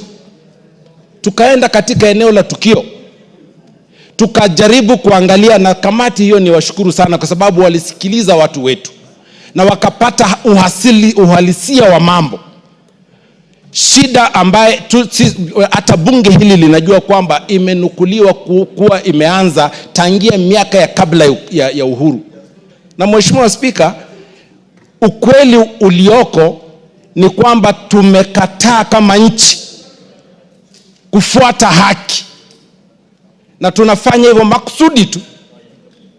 Sasa Mheshimiwa Speaker, mimi namuunga mkono jirani Mheshimiwa Sunkuli, na ninasikitika sana na kutoa rambirambi kwa wale familia ambao wameweza kupoteza maisha yao, jamii hizo ambazo zimepoteza mali na matatizo ambayo yanaendelea katika ukanda ule. Lakini Mheshimiwa Speaker, naomba Mheshimiwa Speaker kama nilivyosema hapo juu nikianza kwamba mlauliwa. Mheshimiwa Spika, damu ya binadamu ni damu ya binadamu. Sio vizuri Mheshimiwa Spika itoe picha nzuri, taswira yake inakuwa ni mbovu. Kwamba miezi miwili iliyopita, wiki 2-3 iliyopita, Wakuria waliuawa katika eneo hilo. Na Mheshimiwa Spika, sikuona purukushani ambayo ninaona sasa hivi. Sasa hivi maafa ambayo tunajutia yanaonekana kama ambayo ni maafa makubwa zaidi kuliko maafa yaliyofanyika kwa jamii ya Wakuria. Mheshimiwa Spika, ukanda huu unahitaji mjadala, na sio mjadala wa kupapasa. Unahitaji mjadala wa halisia kwamba eneo hili kihistoria, kwa sababu kila mtu anayezungumza mambo ya eneo hili, shambo hili, anazungumza historia. Sisi Wakuria tuna historia yetu, Kipsigis wana historia yao, Wasiria ndugu zetu, jamii ya Maa wazuri sana, majirani zetu wazuri sana, wana historia yao. Na sisi wote tunakubaliana kwamba maeneo hayo, sisi jamii zile ziko pale za Maa, Masai, Syria, Moitanik, Wasingishu, na sisi Wakuria pamoja na Wakisii na wale wengine wote ambao ni kwa kununua pale, tuishi pale kwa sawia. Watu wote tuna haki, kwa sababu katiba hii inatupa haki, Mheshimiwa Spika. Sasa haipendezi kwamba hii kamati Mheshimiwa Spika, kamati ya administration hii, statement ya pili inakuja kutolewa na Mheshimiwa Sunkuli kwa swala hilo. Kwani hawa watu ni wazembe, ama ni kutaka hawataki, ni kazi hawataki kufanya, ama wanafurahia Wakuria wakifa, Kipsigis wakifa, wanataka nani afe ndio waje kutatua tatizo hili? Mheshimiwa Spika, jambo hili linaudhi Mheshimiwa Spika. Yes. Tongoyo, ni uzembe au ni kutotaka kufanya kazi? Hii ni ya lands au ni ya security? Yes. Thank you, Honorable Speaker. Of course, Honorable Speaker, knowing the importance and sensitivity of this matter, we will respond immediately on resumption from recess. But Honorable Speaker, having said this, I want to say the following. Honorable Speaker, I personally want to join... Tongoyo, given the gravity of the matter, yes, and the loss of lives, is there somebody playing some gadget in the house?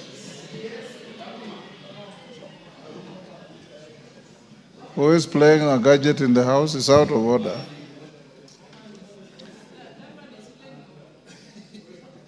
Pardon? Yes, is that you, Kajwang? Sorry, okay. Are you able to bring a preliminary response tomorrow afternoon? Yes, I will, Honorable Speaker. Lives have been lost. Yeah. We hear of heightened tensions. Yeah, okay. In the area, we saw a policeman with an arrow in his head, and many other things. Can you get in touch with the Interior and bring a statement tomorrow afternoon? I will, Honorable Speaker. Yes. But Honorable Speaker, just give me a minute to say the following. I'm much obliged, Honorable Speaker. Honorable Speaker, I want also to join my colleague, Honorable Sunguli, really to pass my condolences to the families who lost their loved one. As it is now, the preliminary report is that 5 lives have been lost, of 5 locals, roughly. And of course, about 4 police officers also sustained injuries, including the one you had mentioned that had an arrow that was actually had to be evacuated to get medical attention yesterday evening. As it is for now, Honorable Speaker, the IG, I want to report the IG plus the DCI are on site. There is the meeting ongoing with other leadership of Parliament also in attendance. And the situation is still a little bit calm, but the tension is still running high, Honorable Speaker. Honorable Speaker, you quite remember, and my colleague had mentioned, that this House didn't instruct the committee to visit the area. And we did exactly so, Honorable Speaker. And I want to really appreciate the colleagues, members of Parliament, who have availed themselves Kitayama had just confirmed the same. And Honorable Speaker, the report is ready. We actually were just doing the final touches so that we can able to table, we were actually supposed to table this week, or probably once now we resume from recess.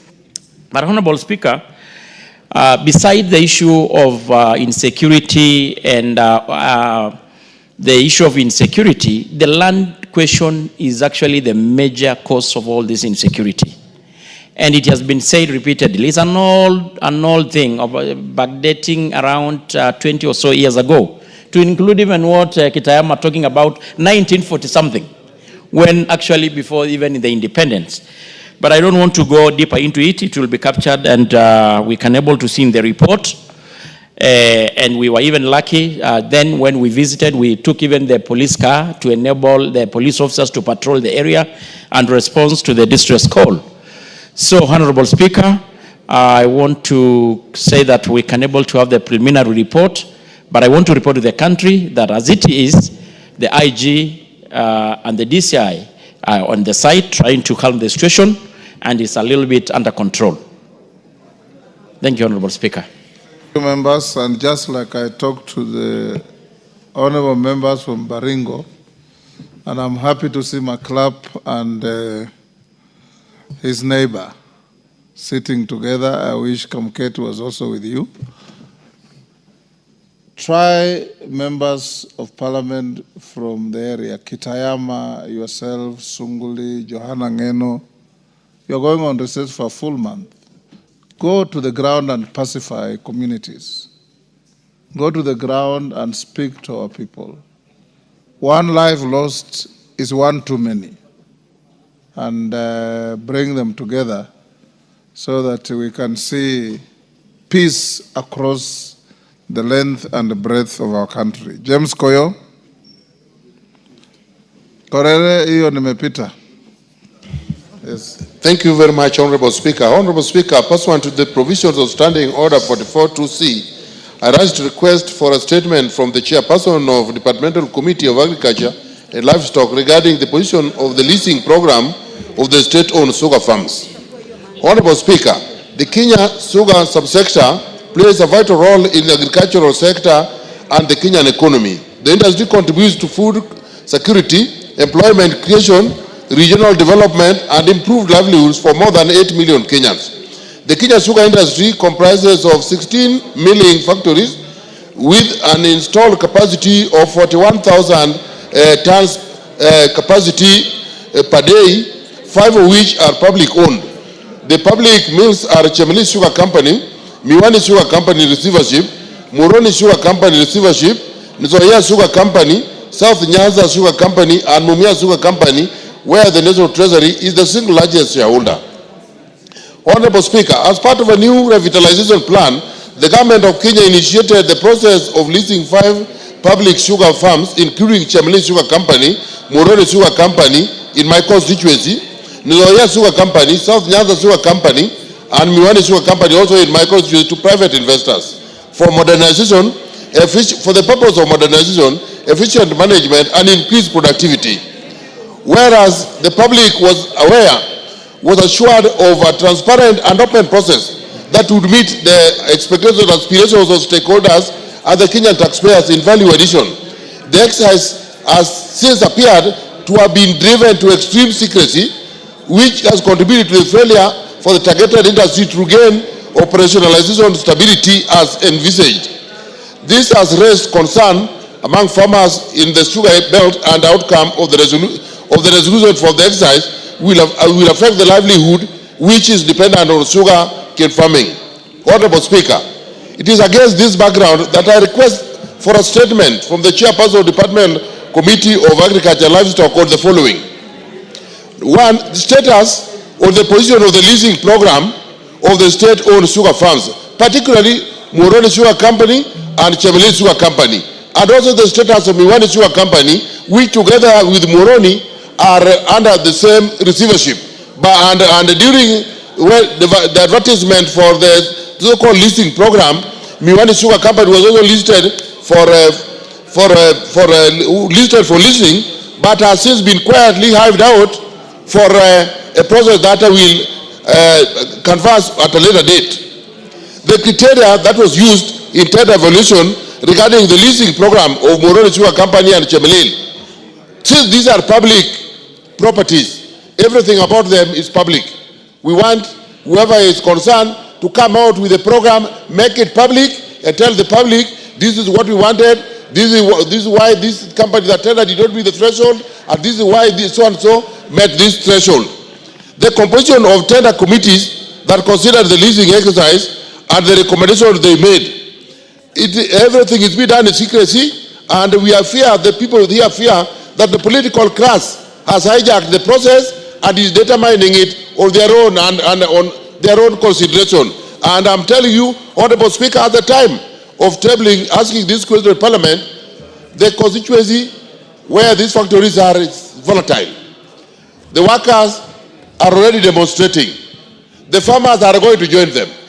The businessmen are soon. Your acceptance was to read the statement that I approved, not to debate it. Have you finished? Yes. Don't engage in extra statements. Thank you, Honorable Speaker. I suggest this, that I ask the chairman of departmental committee to come with a statement and make sure it's a statement that will meet the expectations of the public. Thank you, Honorable Speaker. Karoli Omondi, you want to joyride on that? Yes, Honorable Speaker. On 27 September 2023, you did direct the Cabinet Secretary for National Treasury to write to me explaining the efforts made by National Treasury to recover and protect the nucleus estate of Miwani Sugar Company, in particular LR number 7545/3, which is about 11,000 hectares. This matter, I believe, is still alive because I have in my hands here a letter dated 11th April 2022 from the PS Agriculture, reference MOALD/legal/18C to the Director General, Kenya Sugar Board, asking that Kenya Sugar Board and Miwani Sugar Company and some other people in court enter into a consent. We have a copy of the consent also here, proposed consent, and I have not received any communication from Treasury as to what they are doing about this particular land. And I believe your directives are not issued in vain. So it is part of this, and I would be happy to get a statement. Clerk, follow up so that the response covers both the concerns of Honorable Koyo and Honorable Karolo Mondi. Yes, Mele, on the same issue? Thank you, Honorable Speaker. Honorable Speaker, what Honorable Koyo and Honorable Karolo Mondi raised is a very pertinent issue, especially in the sugar belt. My constituency and the constituency of Honorable Koyo are actually, we serve the three factories. We serve Moroni, Chemelil, and Miwani. And in effect, these factories are actually public entities, and we allow the government for the reforms. But the reforms should be transparent, it should be, the people should be involved, and more importantly, there should be public participation on the several process that is going on. But the other day, Honorable Speaker, we heard that a new investor is coming in, and in fact, in the grapevines from the farmers, that they are going to make these existing mills to be collection centers for sugarcane, which is actually putting everybody in jittery. So, Honorable Speaker, we are asking that this be treated with the urgency it deserves, so that the public does not lose anything. Thank you. Response on the same issue of sugar? No, we don't have any something else on the order paper.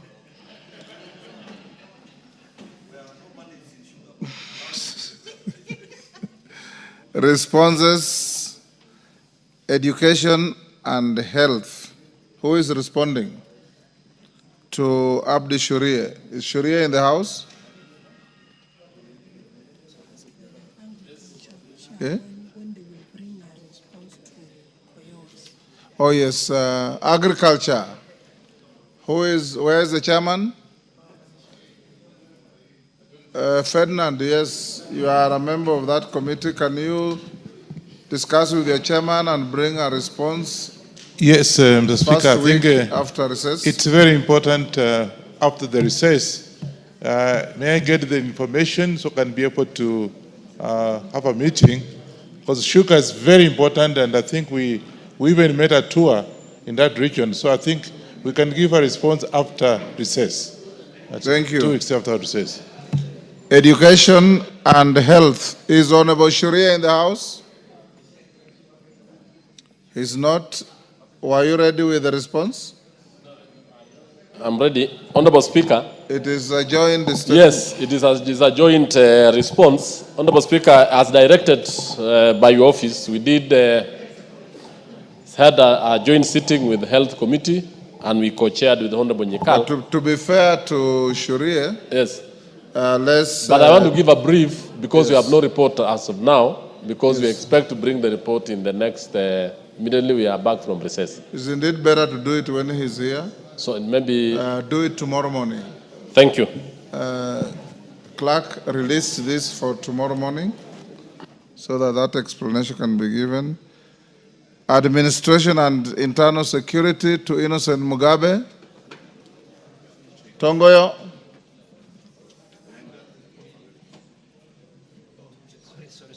You have a statement to give?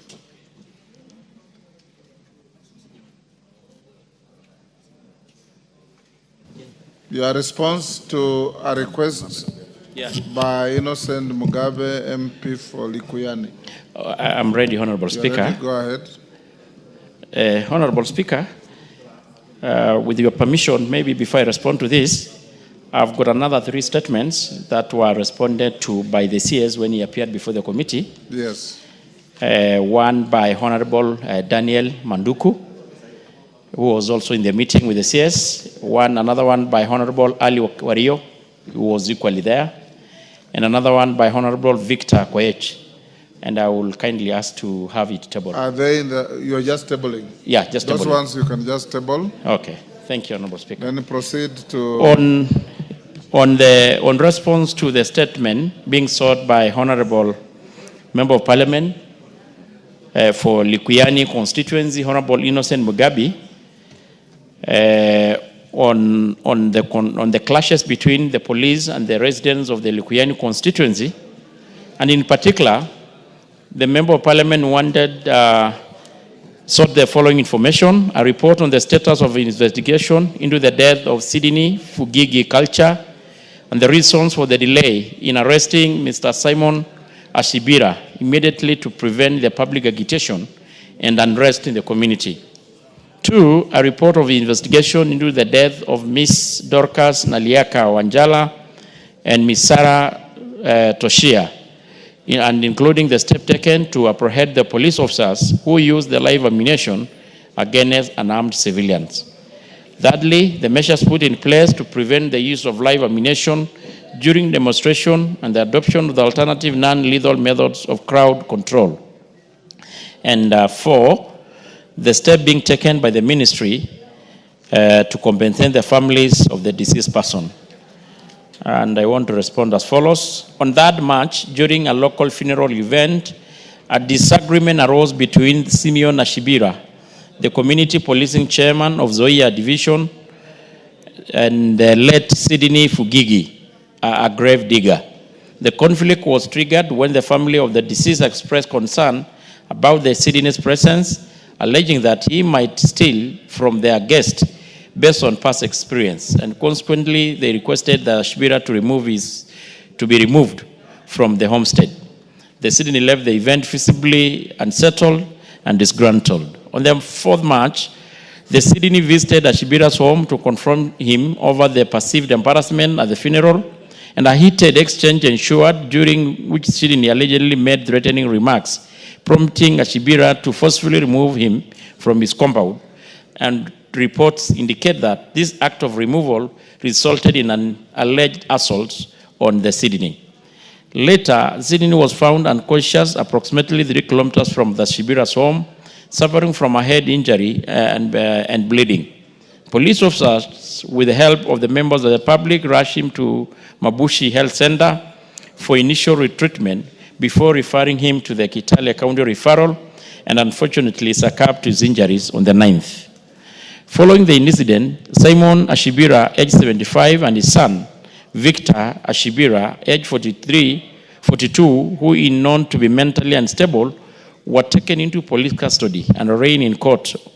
On the 10th, Butali Law Court approved their remand at Likoni Police Station for 21 days, pending the completion of his investigation. A postmortem examination conducted on the 20th at MTRH Eldoret confirmed that Sydney Fugigi died due to head trauma caused by a blunt object, and the case is pending before the court. On the second question, the death of Sydney Fugigi provoked outrage among residents who blamed Simon Ashibiria, a 47-year-old Luya male and a community policing chairman of Zoia division, for the assault that led to his demise. Approximately 100 irate members of the community gathered and made a procession toward the Ashibira's homestead with the intent to kill him and his family before setting his house on fire. Police officers from Likuyani sub-county swiftly responded to the scene to contain the situation. Upon arrival, the police attempted to engage the crowd through dialogue, but the situation escalated as the mob grew more violent, hurling stones at the police officers in an effort to prevent them from protecting the targeted family. In an attempt to disperse the hostile crowd, the officers fired blank rounds, but they were quickly overwhelmed.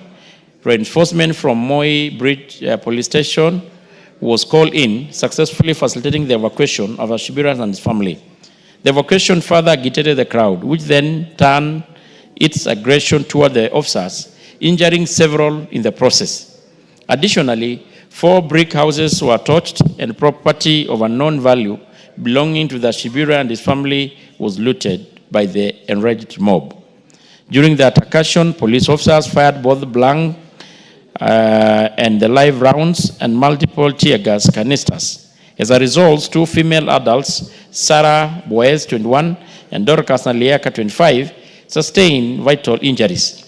Several government vehicles were also damaged in the chaos, including a Matunda Police Station, Ford Ranger, GKB 149Y, with a smashed windscreen and damaged doors.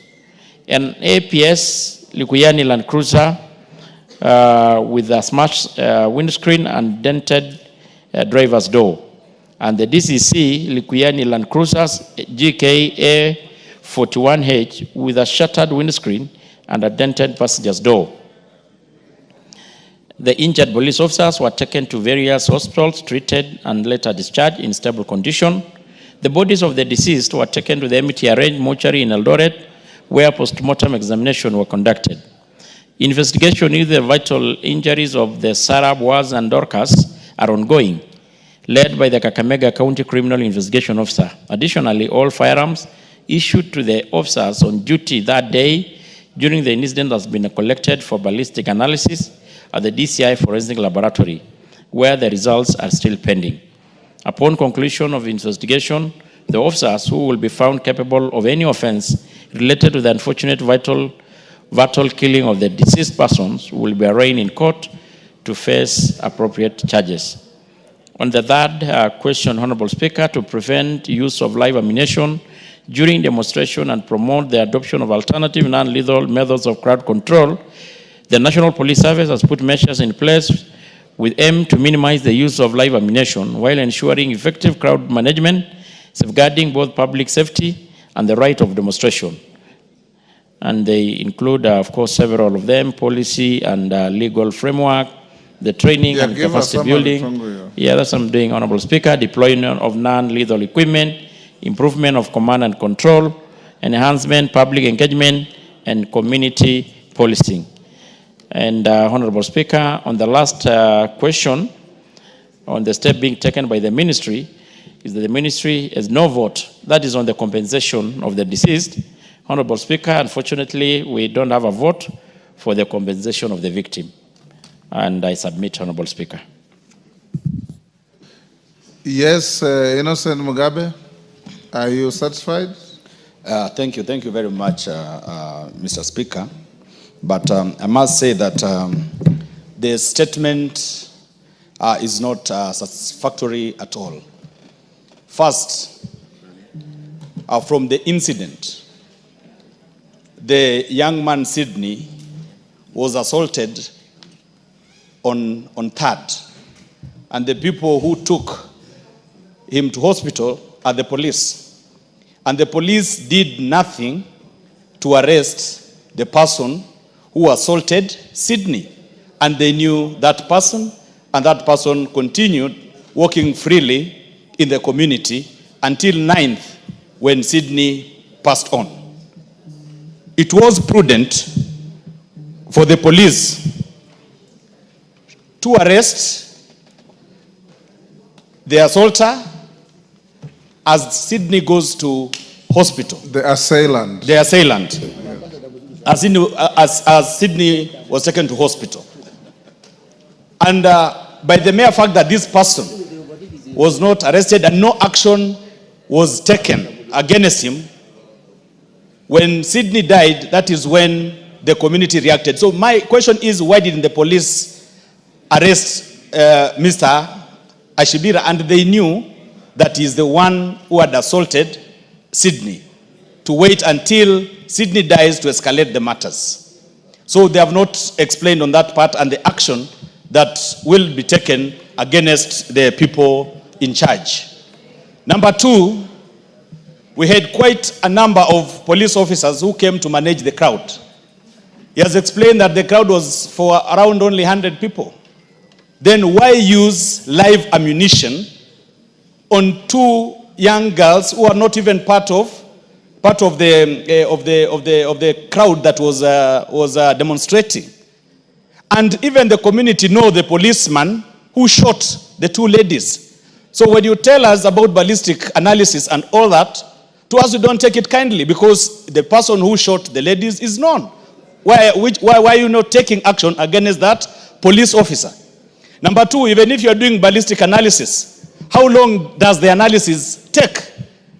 And as we speak, these are lives lost, families are bereaved, and we are talking about some analysis that is taking ages. No action has been taken against the police officers, the police officer who shot on the 2 ladies. Thank you.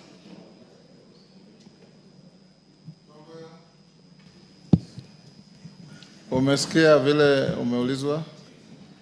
Unaweza kujibu? Mheshimiwa Speaker, and I think that is a report as presented to us by the ministry. Maybe can able to sort a follow-up question, clarification Has on the issue anybody been raised. charged out of this incident?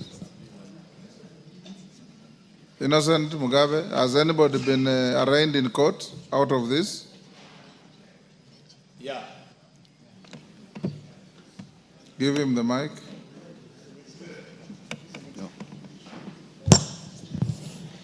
Yes, Mr. Simon Ashibira and his son were arrested.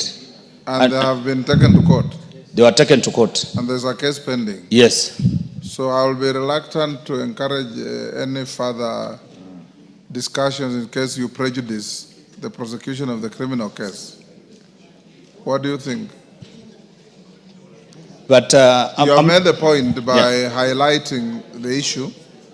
Yeah, but if it's a matter that is now pending before a criminal court, it's up to you. You know, the matter, there are 2 matters. Yes. One for Sydney, the assailant has been taken to court. But Yes. for the 2 ladies, they were shot by a police officer through live ammunition. Who has not been taken action Yes, against. there's no action that has been taken on that front. Yes, Tomboyo? Honorable Speaker, I first want to appreciate that. Did the ladies die or they were just injured? No, they died. They died. They died. From the report, they died. I think the part that is not complete is the issue of the police officers being arraigned in court.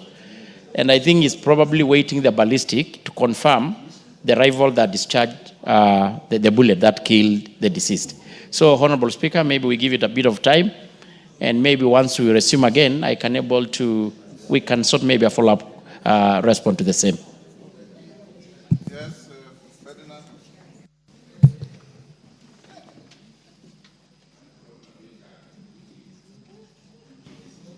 Mr. Speaker, I just want to make a very general comment that I think there should be something wrong with the police that when you call the police, like what happened in Mikoris and what happened in this case, where the police, there's no discipline at all.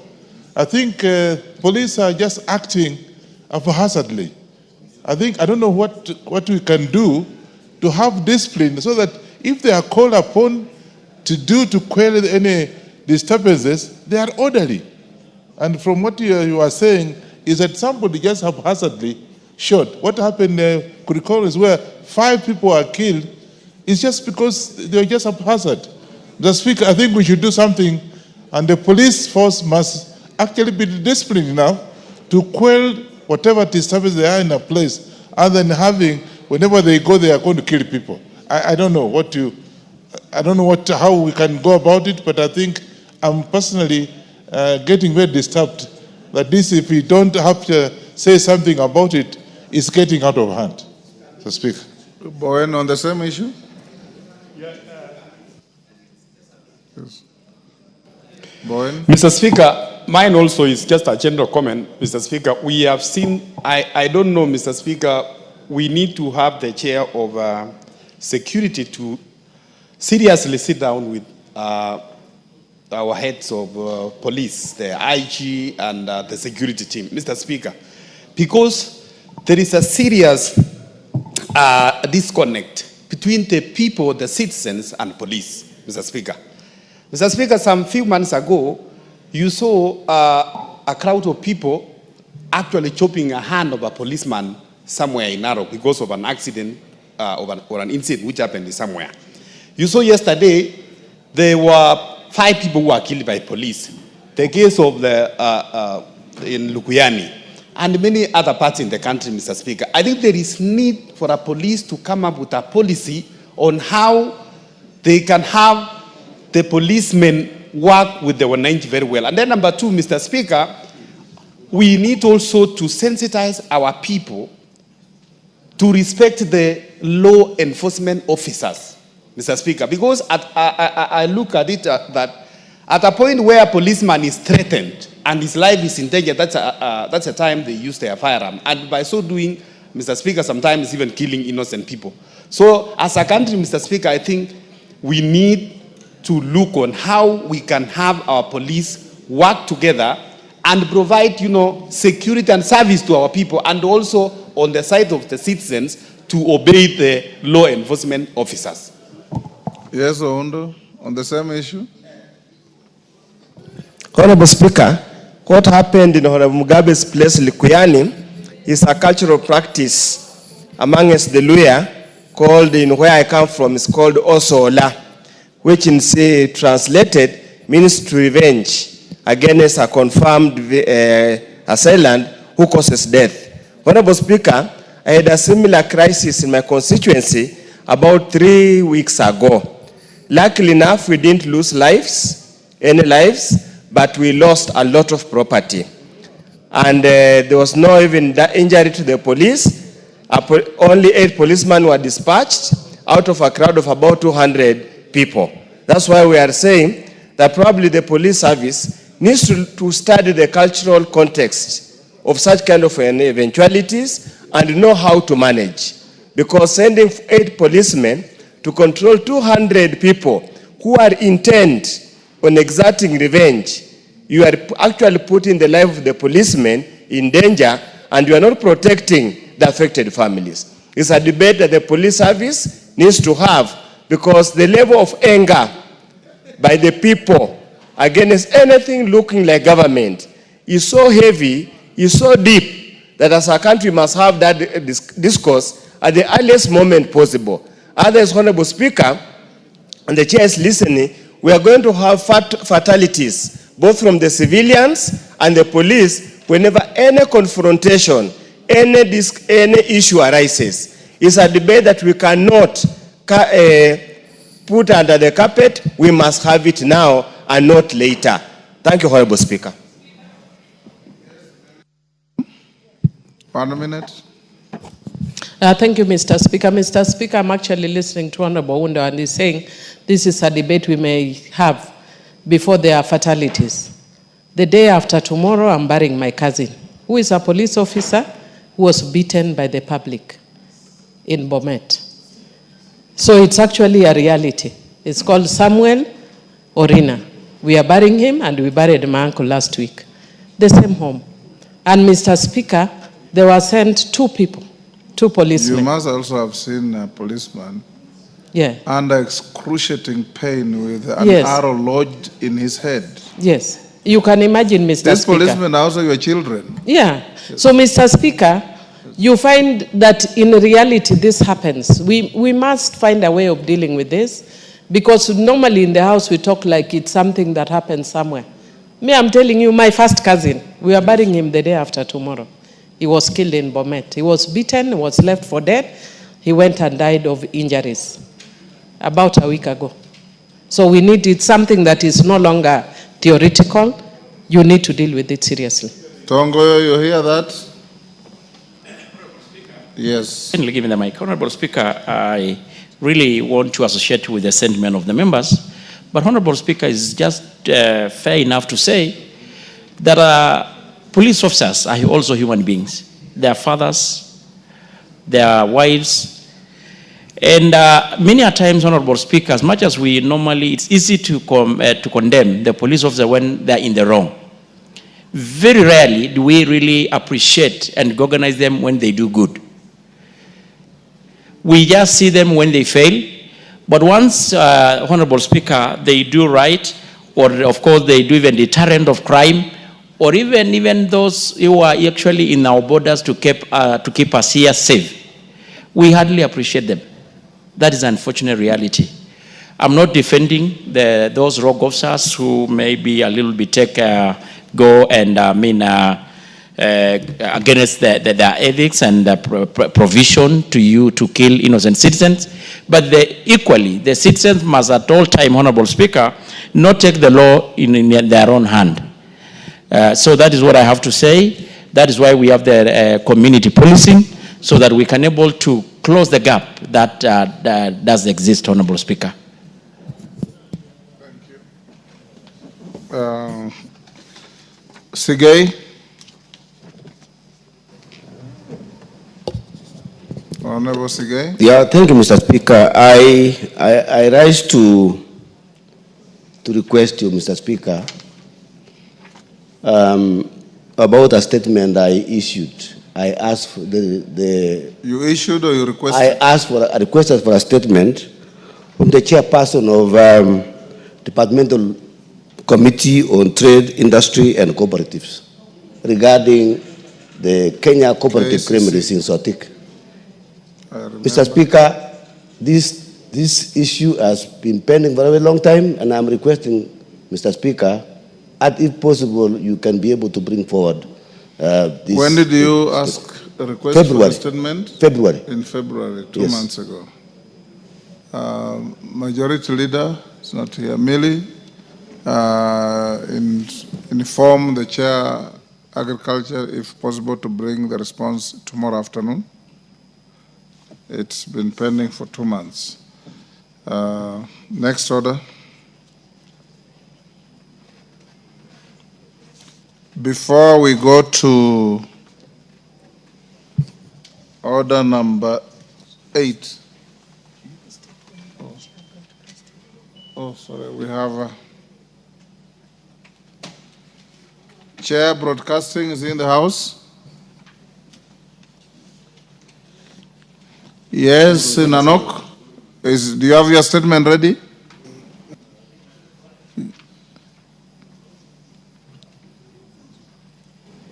Give him the mic.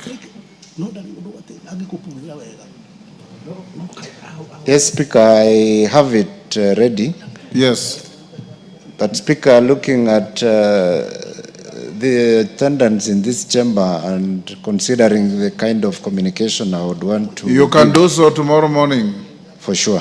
as long as there would be good attendance so that most of the members can pick the information. Yes. Thank you. Proceedings are recorded. Thank you. Allow Honorable Nanok to issue that statement tomorrow in the morning proceedings. Next.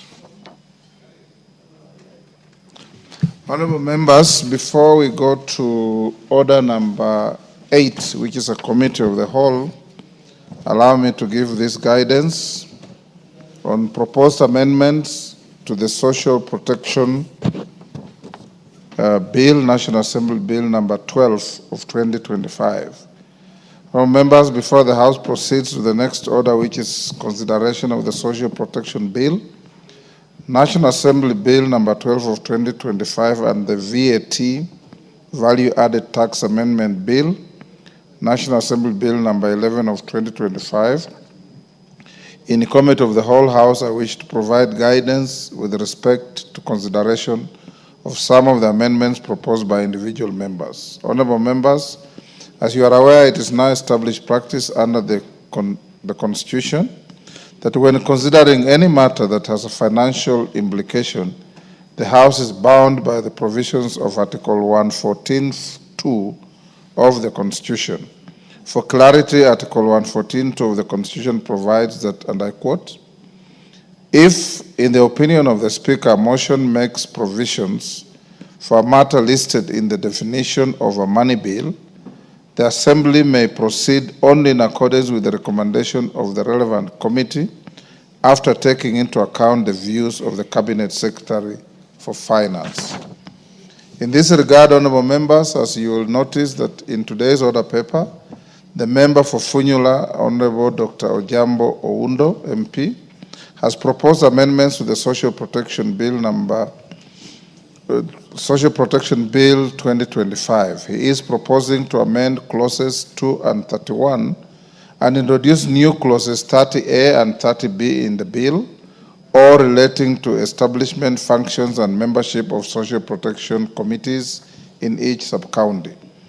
I have analyzed these amendments and noted that they contain proposals touching on matters listed in the definition of a money bill pursuant to the provisions of Article 114(2) of the Constitution.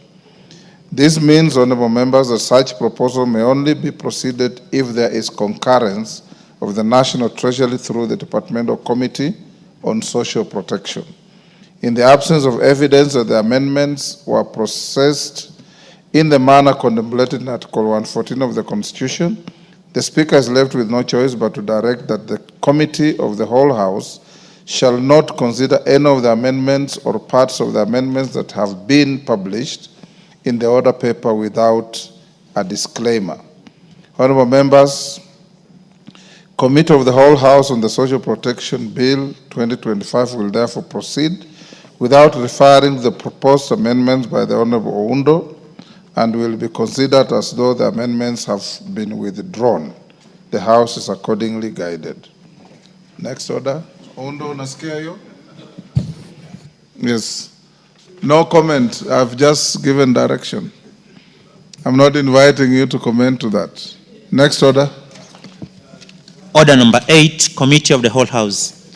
Honorable members. Standing.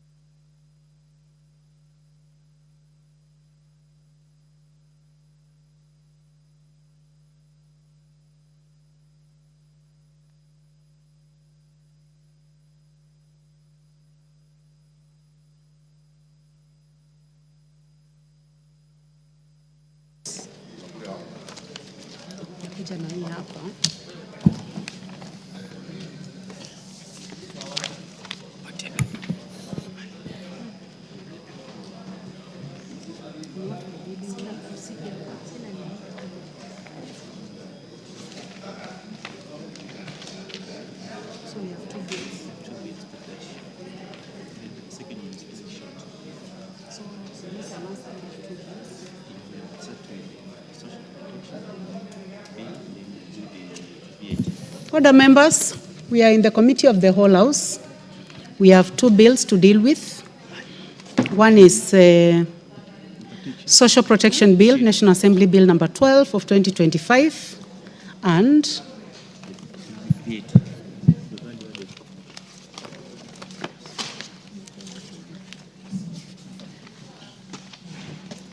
the Value Added Tax Amendment Bill, National Assembly Bill number 11 of 2025. So we start with the Social Protection Bill. Clause 3.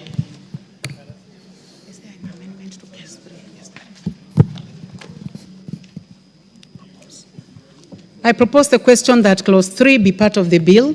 There is an amendment, Chair. Majority Leader or Chair? Okay, thank you. Chair is in the House. Okay. Honorable Chair, I beg to move that Clause 3 be amended as indicated on the order paper. Honorable Chair, justification Article 43(3) of the Constitution mandate the state to provide appropriate social security to persons who are unable to support themselves and their dependent. Further, it is not financially tenable to caution all persons in need against risk and contingencies throughout their life cycle as currently provided on the bill. Thank you, Chair. Honorable members, I now propose the question that Clause 3 is amended. That Clause 3 be amended as proposed by the Chair. Any interest in this? I don't see any interest. Yes, there is interest. Honorable Tom Kajwang, Ruaraka. Or honorable members, any member who is interested in making comments on the amendments, please go to the intervention. And if you are not interested, please remove your cards. So Honorable Tom Kajwang, please remove your card. Honorable Sarah Korere, Laikipia North, please remove your card.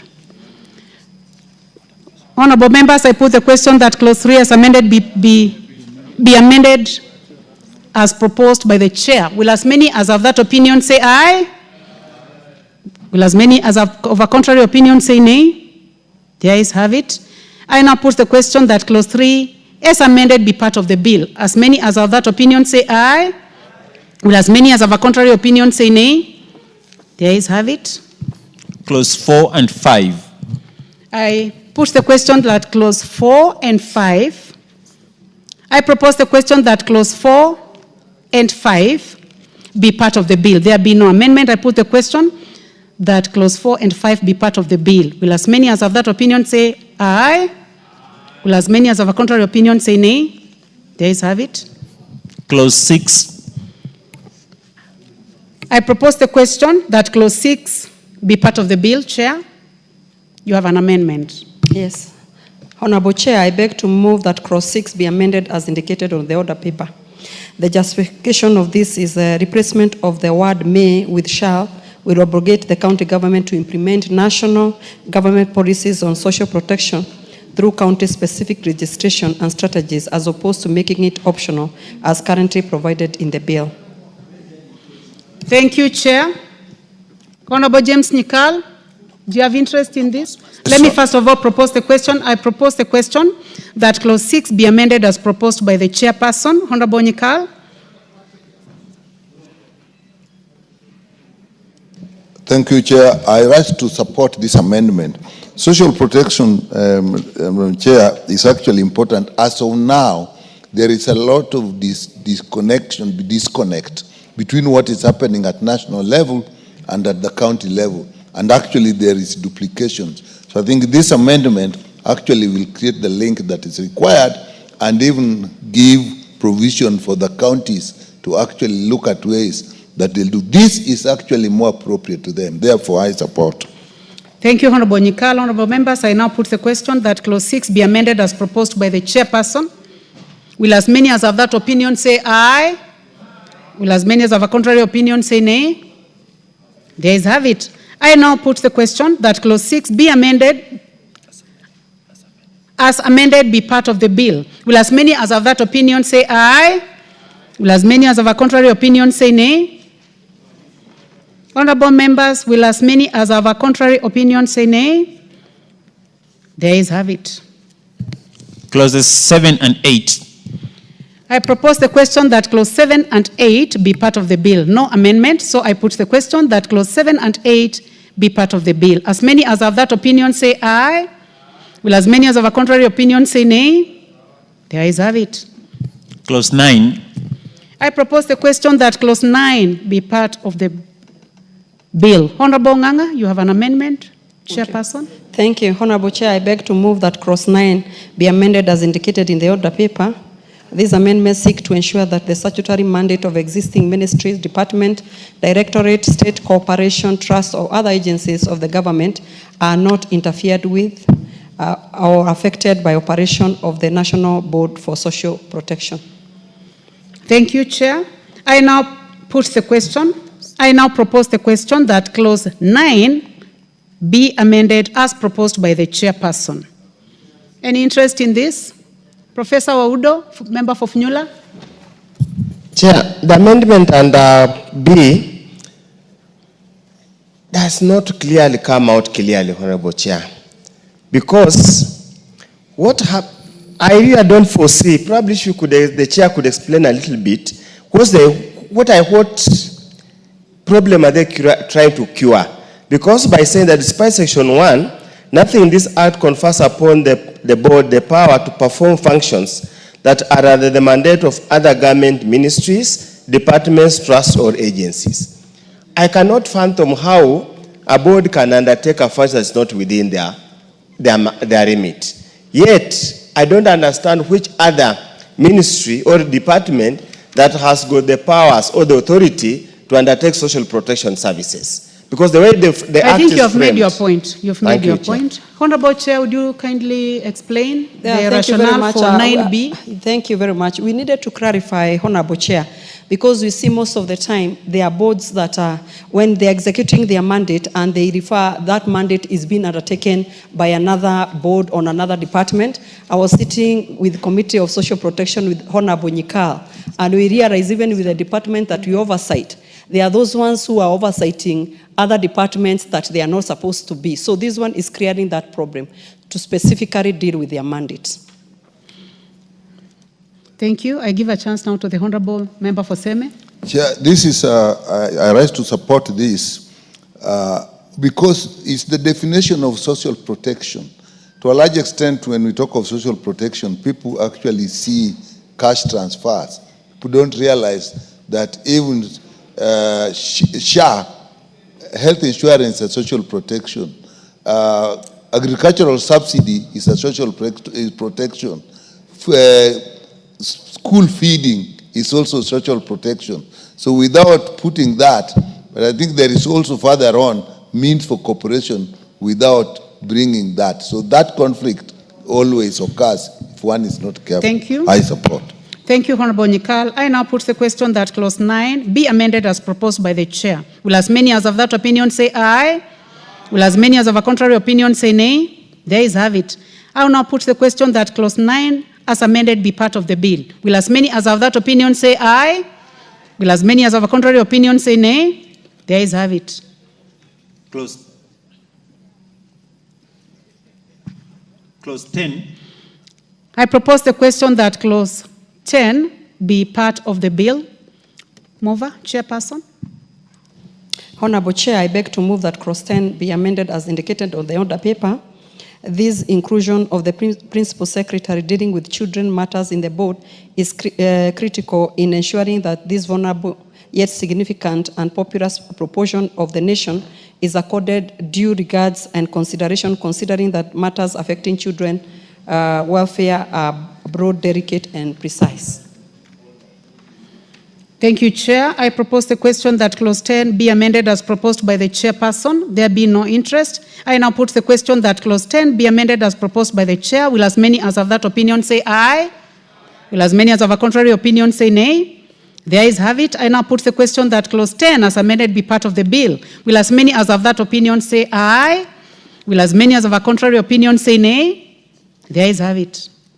Clauses 11, 12, 13, 14, 15, 16, 17, 18, 19, 20, 21, 22, 23, 24, 25, 26, and 27.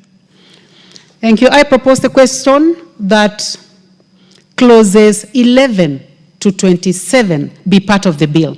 There being no amendments, I now put the question that clauses 11 to 27 be part of the bill. Will as many as of that opinion say aye? Will as many as of a contrary opinion say nay? The ayes have it. Clause 28. I propose the question that clause 28 be part of the bill. Chair, you have an amendment. Honorable Chair, I beg to move that clause 28 be amended as indicated on the order paper. The justification is most caregivers who give care to children, persons with disability, and other vulnerable persons have no source of income since they are engaged with the vulnerable care receivers, typically on a daily basis, and as such are deserving of social protection intervention. Thank you, Chair. I propose the question that clause 18 be amended as proposed by the Chair. I see the honorable members, I would like to take that again. I propose the question that clause 28 be amended as proposed by the chairperson. The Honorable Professor Oundo.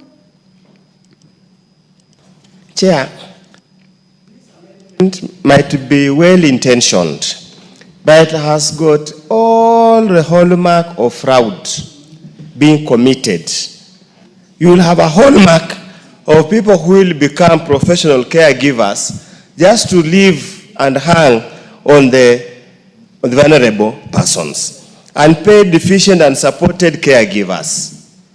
Already, if he's deserving to be, for social protection, why can the so-called caregiver and supported and paid deficient caregiver become a beneficiary of social protection? I foresee here a situation, Honorable Speaker, Honorable Chair, of those guys who will just hang around these people and pretend and purport to be caregivers without any formal training or without even being in need for social protection. I want to ask the Chair to relook at it. This, we are setting a dangerous precedence. Thank you, Chair. Well, let's give other people a chance. The Honorable David Bowen, member for Marakwet East. That's what I'm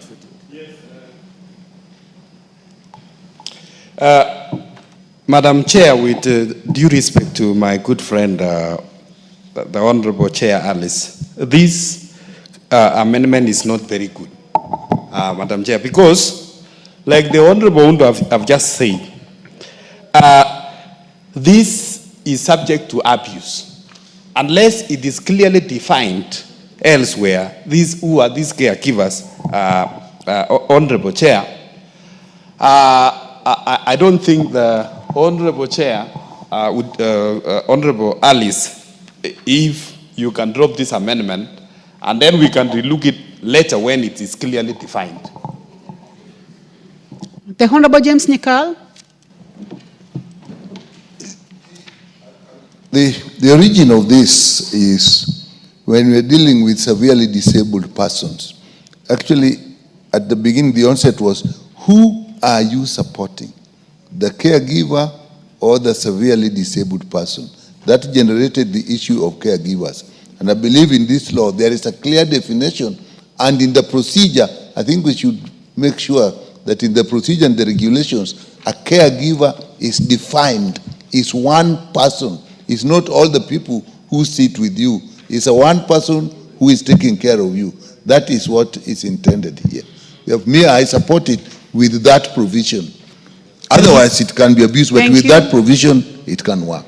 Thank you, Honorable Nikal. I would like to give a final opportunity to the Chair before I put the question. Honorable Chair, when it comes to the regulations, we are going to regulate and define who is a caregiver, because at the end of the day, what we saw, Chair, these people are always giving care to to the vulnerable, but nobody even cares about them. If we can define who they are, and they are trained. By the way, they are trained, because you cannot deal with a child with cerebral palsy, or you deal with a child who is totally disabled, and yet you are not yet trained to do so. So these people, nobody talks about them, and that's why we are talking about them in this bill. Honorable members, I'll now go ahead and put the question that clause 28 be amended as proposed by the chairperson. Will as many as of that opinion say aye? Will as many as of a contrary opinion say nay? The ayes have it. I now put the question that clause 28 as amended be part of the bill. Will as many as of that opinion say aye? Will as many as of a contrary opinion say nay? The ayes have it. Clause 29. I propose the question that clause 29 be part of the bill. We have an amendment. Chairperson, Honorable Nganga. Honorable Chair, I beg clause 29 be amended as indicated on the order paper. Honorable Chair, this amendment is meant to ensure that the need of persons with disabilities such as autism, cerebral palsy, or any other form of disability, as well as others vulnerable persons, access free, subsidized essential drugs, personal care, goods such as diapers and various assistive devices, as it means to mitigate their varied circumstances. Thank you, Chair. I propose the question that clause 29 be amended as proposed by the chairperson. I do not see any interest in this, so I'll go ahead and put the question that clause 29 be amended as proposed by the chair. Will as many as of that opinion say aye? Will as many as of a contrary opinion say nay? The ayes have it. I now put the question that clause 29 as amended be part of the bill. Will as many as of that opinion say aye?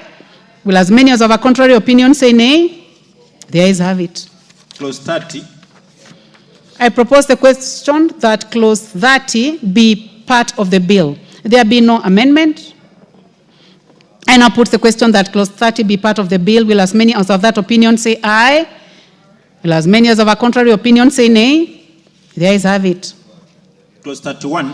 I propose the question that clause 31 be part of the bill. We have an amendment, Chairperson. Honorable Chair, I beg to move that clause 31 be amended as indicated on the order paper. This clause, Honorable Chair, this amendment is meant to compel the board to respond to a social protection application within a set timeline of 60 days. Currently, there is no timeline set in this bill. Thank you, Honorable Chair. Thank you, Chair. I propose the question that clause 31 be amended as proposed by the Chair. I do not see any interest. I now put the question that clause 31 be amended as proposed by the Chair. Will as many as of that opinion say aye? Will as many as of a contrary opinion say nay? The ayes have it. I now put the question that clause 31 as amended be part of the bill. Will as many as of that opinion say aye? Will as many as of a contrary opinion say nay? The ayes have it. Clause 32. I propose the question that clause 32 be part of the bill. I now put the question that clause 32 be part of the bill. Will as many as of that opinion say aye? Will as many as of a contrary opinion say nay? The ayes have it. Clause 33. I propose the question that clause 33 be part of the bill. We have an amendment. Chairperson. Thank you, Honorable Chair. Honorable Chair, I beg to move that clause 33 be amended as indicated on the order paper. Honorable Chair, this amendment is meant to accord social protection applicants who may wish to appeal the board's decision rejecting their application opportunity to approach the Cabinet Secretary as an optional appeal avenue or appeal directly to the High Court. This is because many vulnerable persons may not be sufficiently resourceful to make a direct appeal to the High Court due to the existing vulnerability. An application whose appeal to the Cabinet Secretary is responsible for social protection will be at liberty to further appeal to the High Court if the applicant so wishes. Thank you, Honorable Chair. Thank you, Chair. I propose the question that clause 33 be amended as proposed by the chairperson. I now put the question that clause 33 be amended as proposed by the chairperson. Will as many as of that opinion say aye? Will as many as of a contrary opinion say nay? The ayes have it. I now put the question that clause 33 as amended be part of the bill. Will as many as of that opinion say aye? Will as many as of a contrary opinion say nay? The ayes have it. Clauses 34, 35, 36, 37, 38, 39, 40, 41, 42, 43, 44, 45, 46, 47, 48, 49, 50, 51, 52, 53, 54, 55, and 56. I propose the question that clauses 34 to 56 be part of the bill. There be no amendments. I now put the question that clauses 34 to 56 be part of the bill. Will as many as have that opinion say aye? Will as many as have a contrary opinion say nay? The ayes have it. The schedule.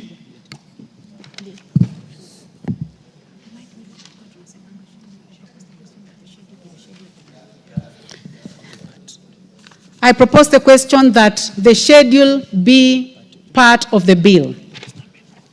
There is an amendment? There is no amendment. I now put the question that the schedule be the schedule of the bill. Will as many as have that opinion say aye? Will as many as of a contrary opinion say nay? The ayes have it. Clause 2.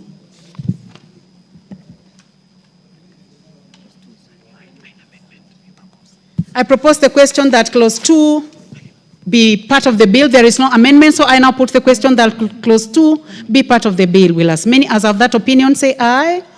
Will as many as have a contrary opinion say nay? The ayes have it. Title. I propose the question that the title be the title of the bill. There be no amendment. I now put the question that the title be the title of the bill. Will as many as have that opinion say aye?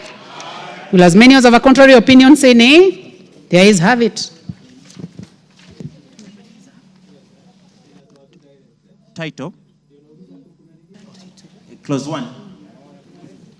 I propose the question that clause 1 be part of the bill. There be no amendment. I now put the question that clause 1 be part of the bill.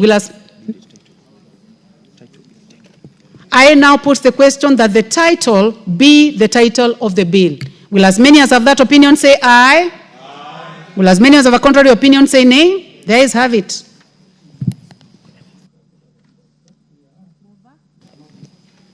Honorable Chairperson.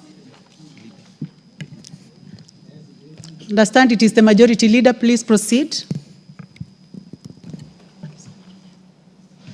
Honorable Chairperson, I beg to move that the committee do report to the House its consideration of the Social Protection Bill, National Assembly Bill number 12 of 2025, and its approval thereof with amendments. Thank you, Majority Leader. I now put the question that the committee do report to the House its consideration of the Social Protection Bill, National Assembly Bill number 12 of 2025, and its approval thereof with amendments.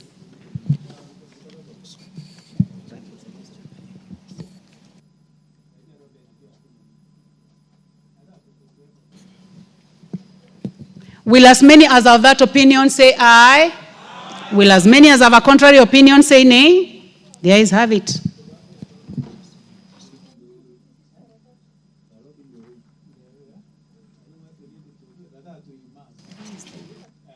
Members, we are now going to move to the next bill, which is now going to be handled by the Majority Leader. The Value Added Tax Amendment Bill, National Assembly Bill number 11 of 2025. Majority Leader. Honorable Chair, I want to beg your indulgence because having consulted the Chair of the Finance Committee, they are currently in a meeting with the Kenya Revenue Authority, still deliberating on some of the effects of this, the amendments that were proposed in this amendment bill. And I therefore beg your indulgence that we do adjourn committee on the consideration of that particular bill until the Finance Committee finalizes with their report. Honorable members, the request by the Majority Leader is assented to.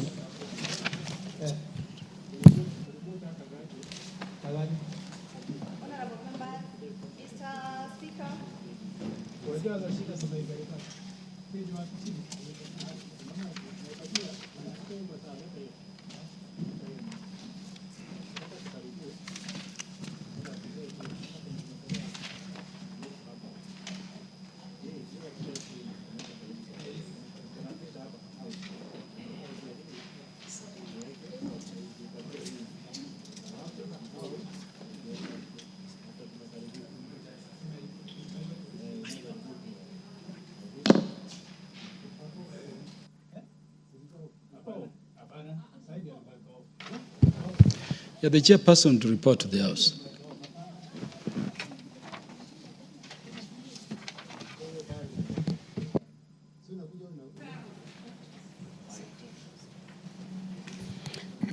Thank you. Honorable Speaker, I beg to report that the Committee of the Whole House has considered the Social Protection Bill, National Assembly Bill number 12 of 2025, and approved the same with amendments. Thank you, Mr. Speaker. The mover to move agreement with the report.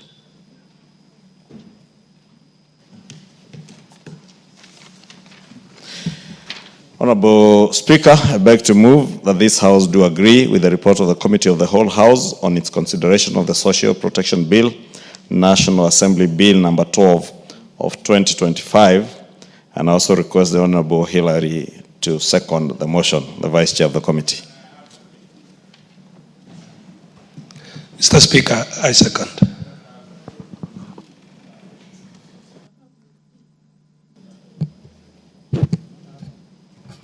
Honorable members, I propose the question.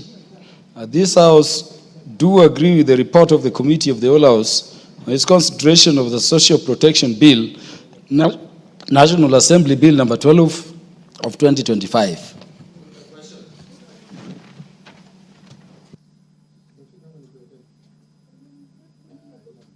There is no interest. For the convenience of the House, the question will be put to a future date when it will be next scheduled by the House Business Committee for consideration. Next order.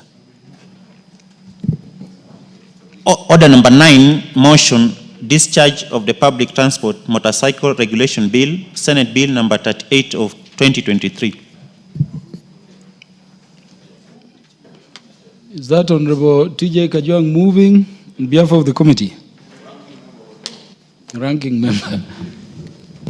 Mr. Chair, Mr. Speaker, I have the pleasure to have been delegated by the Chair of Transport and Infrastructure to move the bill as in the order paper for the discharge of the Senate Amendment Bill, which is before us. Mr. Speaker, we want to create a precedence on how this House can relate to the other House. A bill which emanates from the other House. The Honorable TJ Kajwang, the House has not had you move before you start debating. So would you begin by moving? Mr. Speaker, sir, I move the motion as is in the order paper in motion number 8. I suppose it's 8, is it? Thank you. Yeah, the Honorable T.J. Kajwang, do you have the standing order with you? And I know you are the order paper. Kindly pass the order paper to Honorable T.J. Kajwang. Is an old member. Yes. And obviously Honorable Kangogo cannot pretend to know more of the standing orders than I. But I think it is because I did not have the order paper in my hands. And so, Mr. Speaker, that notwithstanding the provisions of Standing Order 127.5, Mr. Speaker, I beg to move the motion for the discharge of the Public Transport Motorcycle Regulation Bill, Senate number 38 of 2023. That notwithstanding the provisions of Order 127.5 and taking into consideration the request from the Senate for withdrawal of the Public Transport Motorcycle Regulation Bill, Senate Bill number 38 of 2023, this House resolves to discharge the Public Transport Motorcycle Regulation Bill, Senate Bill number 38 of 2023 from the second reading. I so move. Mr. Speaker, the gist of this motion is simply to create a legal infrastructure on how we conduct business in the other house and in this house. A bill emanating from that house, having been processed and considered and passed by the Senate, is referred to this house for reciprocal consideration. When it lands in this house, it ceases to be the property of the Senate. It is the property of this house. And how to deal with it and how to process it remains the province of this house under the relevant standing orders. But something happened in the process by which this bill was processed that is new in this jurisprudence, that a member having Honorable Boni Halwale, who is a majority leader in that house, proposed a bill as an individual member's bill. Then when it landed in this house, then he sought by way of letter to withdraw that bill when it was in this house.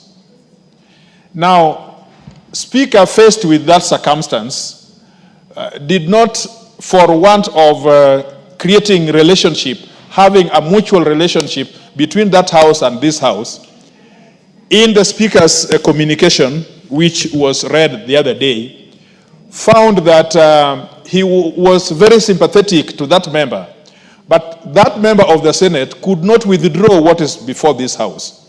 And so, in the best interest and in the best advice of the Speaker, that therefore we have a motion before us so that this house should express itself one way or the other.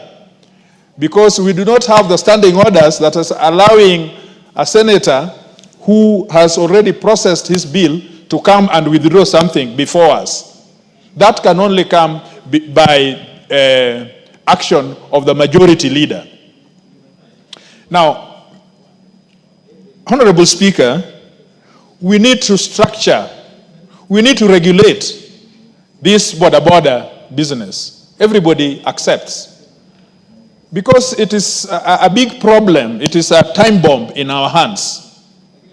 You go to several jurisdictions, I was in Doha last week, you don't see a single border on the streets. Nothing, not even one, except for the service providers like the e-hailing and things that help the society do their things. But you go to India, there are all those borders on the streets. In fact, somebody has a whistle, the traffic officer has a whistle and puts a line to be able to stop the two-wheelers. Now that is happening here in Kenya. And it is going in almost in all jurisdictions in East Africa. You go to Uganda, in the neighborhood in Kampala, there are all those borders. The next you go to 9th floor in Kenyatta Hospital. It is a hospital for bones broken by motorcycles. You drive along these roads, it is more dangerous on your left-hand side than on the right-hand side, because a motorcycle will appear somehow on the left-hand side before you know it.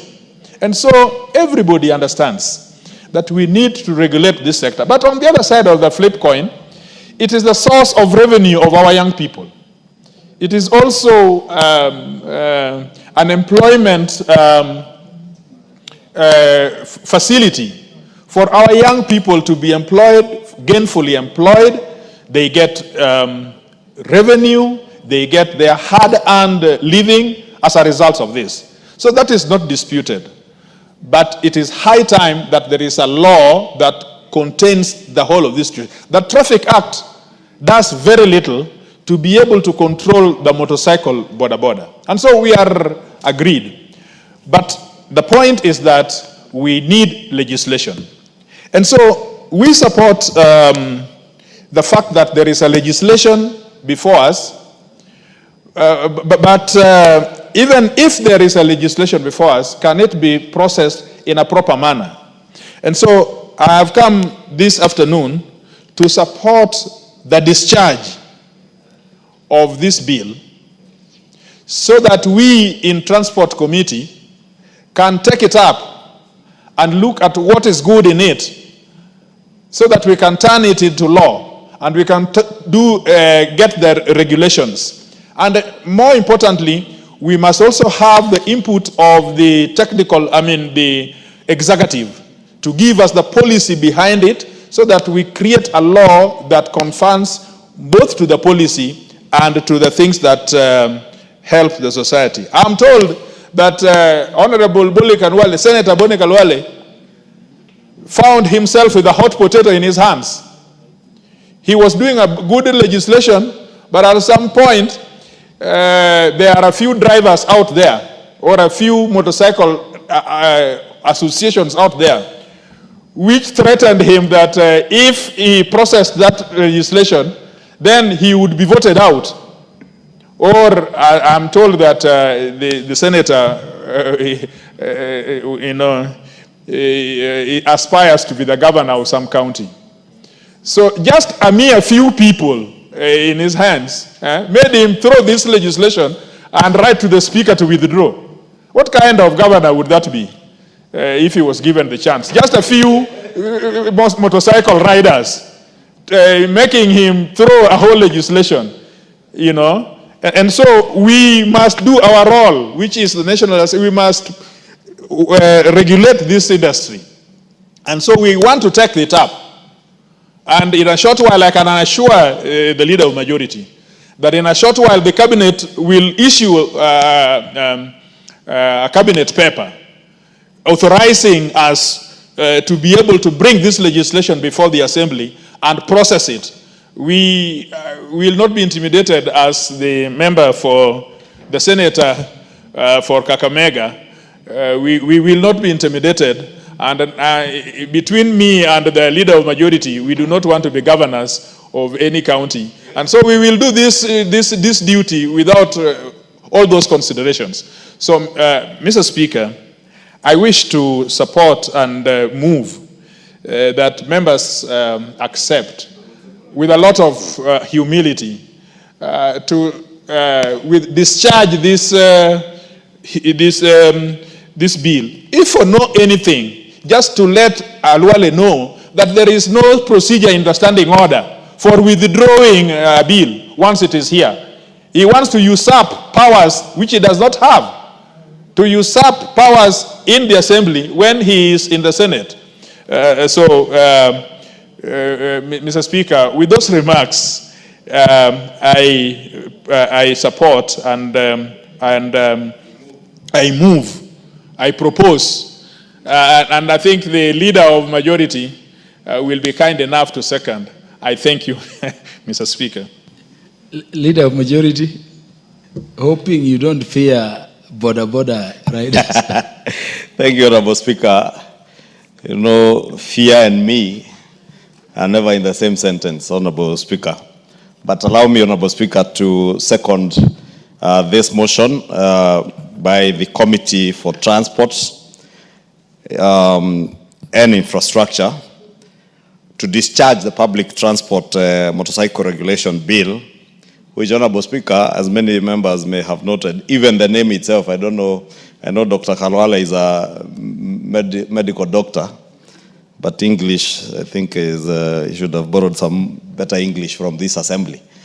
But as a mover has said, this being a bill, a private member's bill that came from the Senate, and Senator Halwale, who was a proposer of this bill, has written seeking to withdraw.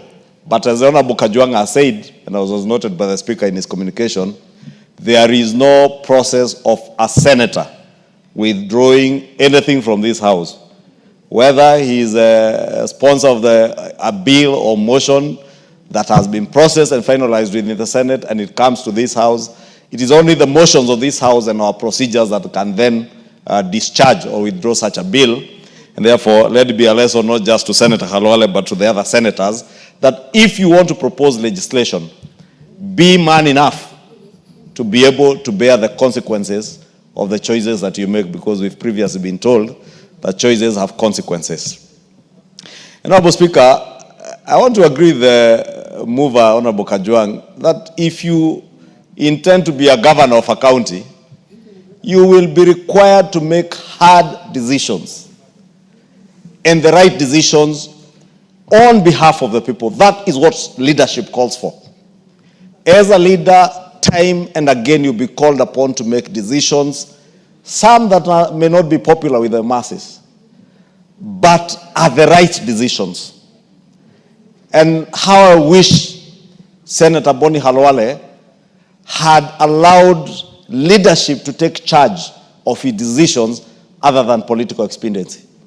Because the decision to withdraw this bill by the Honorable Senator Boni Halwale is more of political expediency and playing to the gallery than being a leader.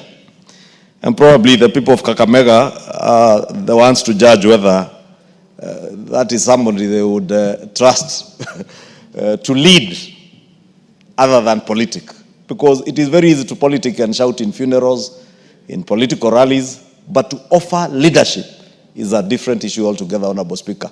And that's why I want to agree with the Honorable TJ Kajwang that there is need to offer leadership in regulating how our transport sector, right from our trains under Kenya Railways, to our buses and matatu sector, all the way down to the use of private vehicles, and including border borders, Honorable Speaker. Because it is chaotic to drive on Kenyan roads, Honorable Speaker. As Honorable TJ says, it is more dangerous to check what is on your right than on your left today. Because people overtake, you expect that people will be overtaking on your right because we drive on the left, we are left, it's called what? Right-hand drive cars, and we keep left on our roads. But people overtake from the left, from your right, join the roads from every other corner, overtake at all manner of places, including blind spots, Honorable Speaker. Passengers on motorcycles, and you'll be shocked, Honorable Speaker, somebody the other day narrated to us in the House Business Committee how he witnessed 3 policemen, and shockingly, traffic policemen, as pylon passengers on a border. Those are the people who are supposed to be enforcing the law to make sure that every border has one pylon passenger, Honorable Speaker. But you find policemen are the ones flouting the same laws, Honorable Speaker, that they are supposed to be enforcing. Therefore, that tells you the need to have proper legislation and to ensure that the same laws that are there are enforced, Honorable Speaker. Because, Honorable Speaker, if we allow the chaos that are in the public sector today to continue, and you've seen, Honorable Speaker, I saw sometime last year or early this year, the hue and cry that was there over a matatu that was said to be owned by a son of a prominent politician in this country. One matatu. And it becomes very fashionable to bash that one matatu, I think, that was plying either the Gong or Rongai route, not even knowing whether it was owned by the son to the president, because it was said it was owned to the son of the president, who is a student, by the way, who is in school. But because that was being sold as that, everybody on social media was there admonishing. Remember, last year, Honorable Speaker, I saw an incident where a lady collided, I think, with a border somewhere in Kitengela. And Kenyans will recall the chaotic scenes of her car being vandalized by other border riders, her being assaulted, including police officers who were in the vicinity being stoned as they tried to protect that driver, Honorable Speaker. That chaos, that scenario of chaos cannot be allowed to continue being so. But we have a duty as leaders to also protect the livelihoods of our young people who are making an income out of the border sector. And we must protect them. And that is why, Honorable Speaker, I want to agree with Honorable TJ Kajwang that the Committee on Transport and Infrastructure in this House must take it upon themselves, one, to make sure that there is proper order in the public transport sector, not just border borders, the matatu sector. Many of us miss the Michuki days, and I hope CS Davis Chirchir is listening. It took the late CS Michuki less than 2 weeks to create order in what was otherwise a very disorderly sector. But after Michuki left us, we are slowly creeping back to the old days. I remember in my village, we had small matatus we used to call ngodhis. Small Mitsubishi Colts that would carry close to 30 people. But with Michuki rules, that Colt was only licensed to carry 12 people. Now we have Nissan matatus. They were called Ngovi. Or Tongovi. I may not know what it means in other communities, Honorable Speaker, from your reaction and that of Honorable TJ Kajwang, it probably has another connotation where you come from. Yeah. But it's because there were very rickety cars and small, and we used to be packed there like sacks of potatoes. But when the former Minister Michuki came in and created order to ensure that we had safety belts, but today, Honorable Speaker, just get into any matatu. How many matatus have safety belts today? How many of them adhere to the speed limits that were set? Yet every day, Kenyans are crying over accidents and losing their families and relatives and friends through road accidents. Sadly, Honorable Speaker, I'm told only this week or last week, there was a headline in one of the dailies where now border accidents have overtaken all other forms of accidents in terms of fatalities.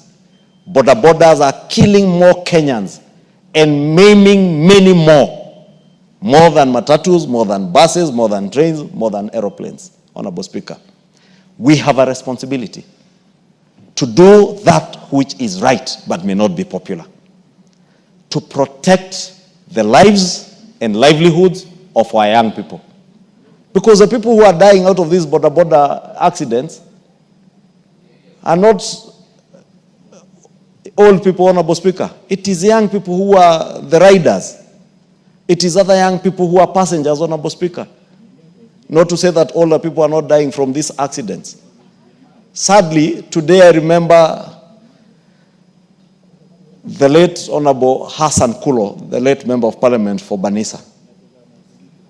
The people of Banisa constituency today do not have a representative and have stayed without a representative for close to a year now. Why? Out of a motor accident occasioned by a border. Why? Because we don't adhere to the rules that are there. You are carrying, I remember the case of the late Honorable Kulo. I think it was gas cylinders or some cylinders that were, or mitungis that were tied onto the border on both sides. And it's actually the luggage or whatever cylinders that were tied to the border that hit him and led to his death, Honorable Speaker. That may be a member of parliament, and we may think, Honorable Speaker, or probably Honorable Boni Khalwala may imagine that it cannot get to him because he's a member of parliament. He has a privilege of having a big car. But you never know, Honorable Speaker. We all walk on these roads. We drive on the same roads with the same border riders. If we do not create order, we will only have ourselves to blame. We must not wait for that time of regret. We must do that which is right. Have laws that will regulate the entire public transport sector, Honorable Speaker. Look at our trains, Honorable Speaker. At times, you only thank God during rush hour on some routes. I don't want to name many of those routes, where passengers are even riding on top of the train, not in the train. Not hanging on the train, on top of the train. And you imagine in some places, the train goes through tunnels. and bridges. And people have to keep ducking as it goes through the bridge. Where is order, Honorable Speaker, in this sector? Do we still have a cabinet secretary in charge of this sector? Yet we have a whole state department in charge of transport. How many Kenyans know who the PS for transport is? Honorable Speaker, I am certain if I asked even members here who the principal secretary in charge of transport is, they do not know. You can hear members asking. That is why we miss the late John Mishuki. How I wish Honorable Senator Khalwale would get the balls of the late Honorable John Mishuki. But we live to do what is right, and I do pray that the Committee of Transport and Infrastructure, which the Honorable TJ Kajwang is a ranking member of, will act to make sure that we have order in the entire sector, Honorable Speaker, so that when we speak about telematics in traffic control in Nairobi and other urban centers, systems alone will not deal with the problem. It has to be systems and our own habits as we drive, as we walk, as we ride on these roads, Honorable Speaker. But if we, whatever manner of traffic control systems that we put in the city and other areas, if we do not have the discipline to use them, Honorable Speaker, they will all be investments in futility and a waste of public resources unless we change our attitudes, our behavior, and ensure that all these public sector modes of transport from border, matatus, private vehicles to the train are well and properly regulated. And I look forward to the day that this committee will bring us a law that will serve to create some order in this area, Honorable Speaker. But with that, I beg to second the discharge of this bill by the Honorable Senator for Kakamega, who I would also urge next time, before you sit and formulate legislation, think through and decide whether you want to do that which is right or that which is popular. If you want to be popular all the time throughout your political career, then don't seek a leadership position. Go and sell ice cream. That one you will make people happy all the time. Otherwise, in this business that we are in, we're in the business where at times you will make people happy. At times, they will be unhappy with you. But if you are doing the right thing, at the end of the day, they will come to realize that that which you are doing was in their best interest. And that is why they trusted you with leadership, so that you lead and they follow. And you lead so that you get the best out of them and for them. Thank you, Honorable Speaker. Thank you, Majority Leader. Honorable members, I now propose the question that notwithstanding the provisions of Standing Order 127.5 and taking into consideration the request of the Senate for withdrawal of the Public Transport Motorcycle Regulations Bill, Senate Bill number 38 of 2023, this House resolved to discharge the Public Transport Motorcycle Regulation Bill, Senate Bill number 38 of 2023, from the second reading.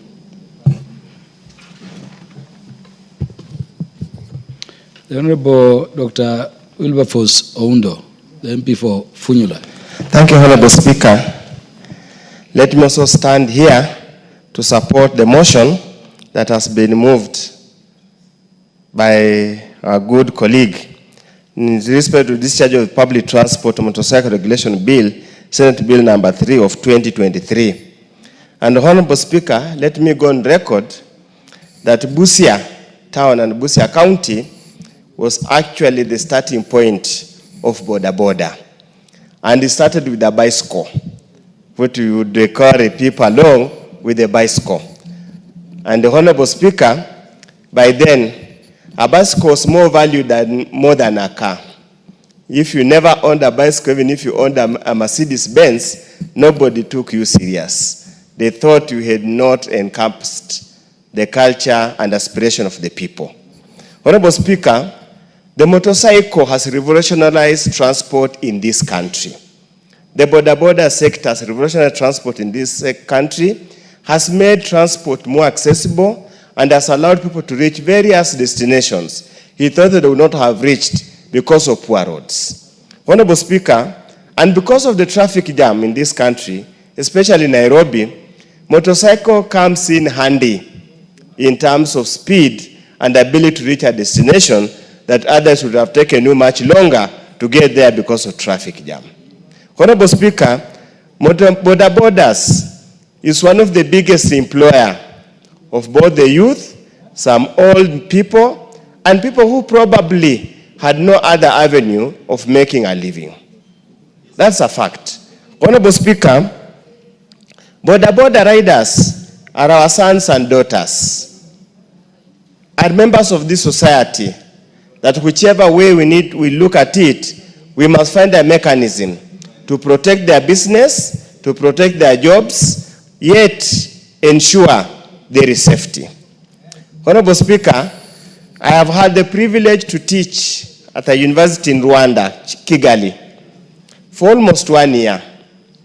And Honorable Speaker, forget any other thing, what they talk about cleanliness, what about Kigali and Rwanda as a whole, is the discipline of the they were called moto, border riders. Indeed, Honorable Speaker, I want to reiterate again, it's a sector, if well regulated, if the players are well disciplined, then Honorable Speaker, is a sector that can transform the economy of this country tremendously. I've also had the privilege of traveling outside the country, in Western Europe or in the US, and indeed I have never seen a motorcycle being a means of public transport, because their transport system is well elaborate, is well developed, and is well regulated. Honorable Speaker, the need to regulate the industry cannot be gainsaid. That is a fact.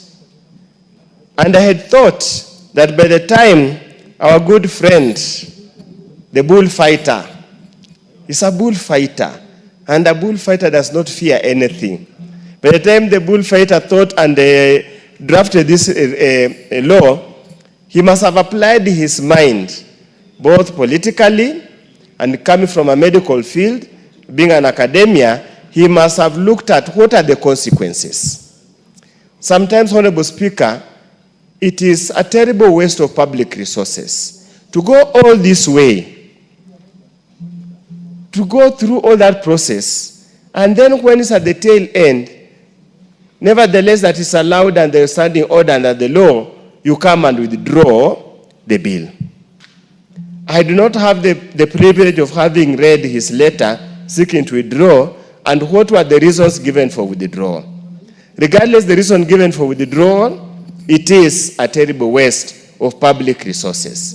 And when I meet him, Honorable Speaker, I will tell him as much, that we felt there's a terrible waste of resources, being a person who stood in this house and said, for corruption to end,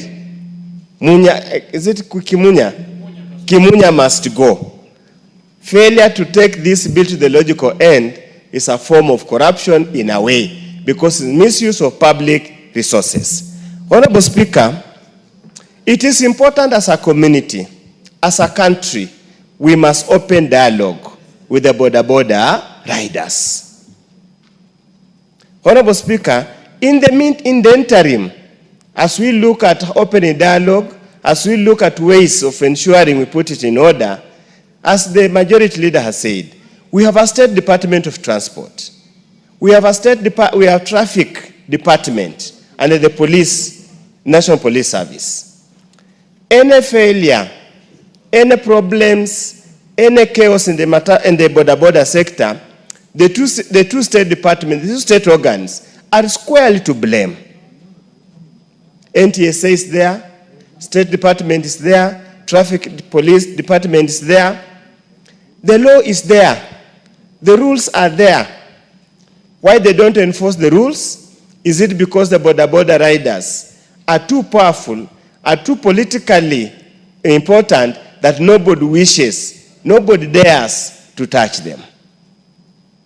Honorable Speaker, when you go to most hospitals, the injury section, 90% or 99% invariably are accidents as a result of border. Something is seriously wrong somewhere, which as a society we must address. We had hoped this law would address. Honorable Speaker, it got to a point where my own constituency, Funyula, that many times, most of the robberies at night were transported, the criminals were transported by border riders. It will go to a point where to have a discussion with them and told them after a certain period at a certain time in the night, do not transport anybody, whether somebody you do not know. You can only attend to emergency, and those must be genuine emergencies from a neighbor that you very well know. As a result, Honorable Speaker, by the very way they operate, they are also extremely exposed to danger. They are exposed to criminals, they are exposed to theft, they are even exposed to death. Many, Honorable Speaker, have actually had their motorcycles snatched from them when they are escorting clients. Many of them have been killed for resisting attempt to steal their motorcycles. Some of them have been mistaken to be robbers. As they kill and lynch a robber, they also kill them. So it's in their best interest, Honorable Speaker, that the industry must be regulated. You might want to run it on lawlessness because it gives you the standing, some kind of preeminence. But eventually, that lawlessness will catch up with you. Will catch up with you. It will not be one way. So we want to beseech them that through their national association, and many times, Honorable Speaker, during campaigns, they are given very prominent roles to play. I remember even the last presidential campaign, the Kwanza brigade paraded them all over. The hustlers, the downtrodden, tutakaa tunakaa na nyinyi kwa meza tukipanga mipango ya serikali. Now they have become a thorn in the flesh. We need, for their own safety, they need to be regulated. And again, Honorable Speaker, as they cause accidents and injure passengers, they equally get injured. Many of them end up maimed forever. So, Honorable Speaker, the Boni Halwale bill might be lost because he requested so, but we want to urge the State Department for Transport, the saga called NTSA, the National Police Service, to really find ways and means of reining and regulating this sector so that its economic influence can be felt, but security, safety must be paramount. With those few remarks, Honorable Speaker, I support. The Honorable Kangogo Bowen. You will be followed by the Honorable Peter Irungu Kiungi.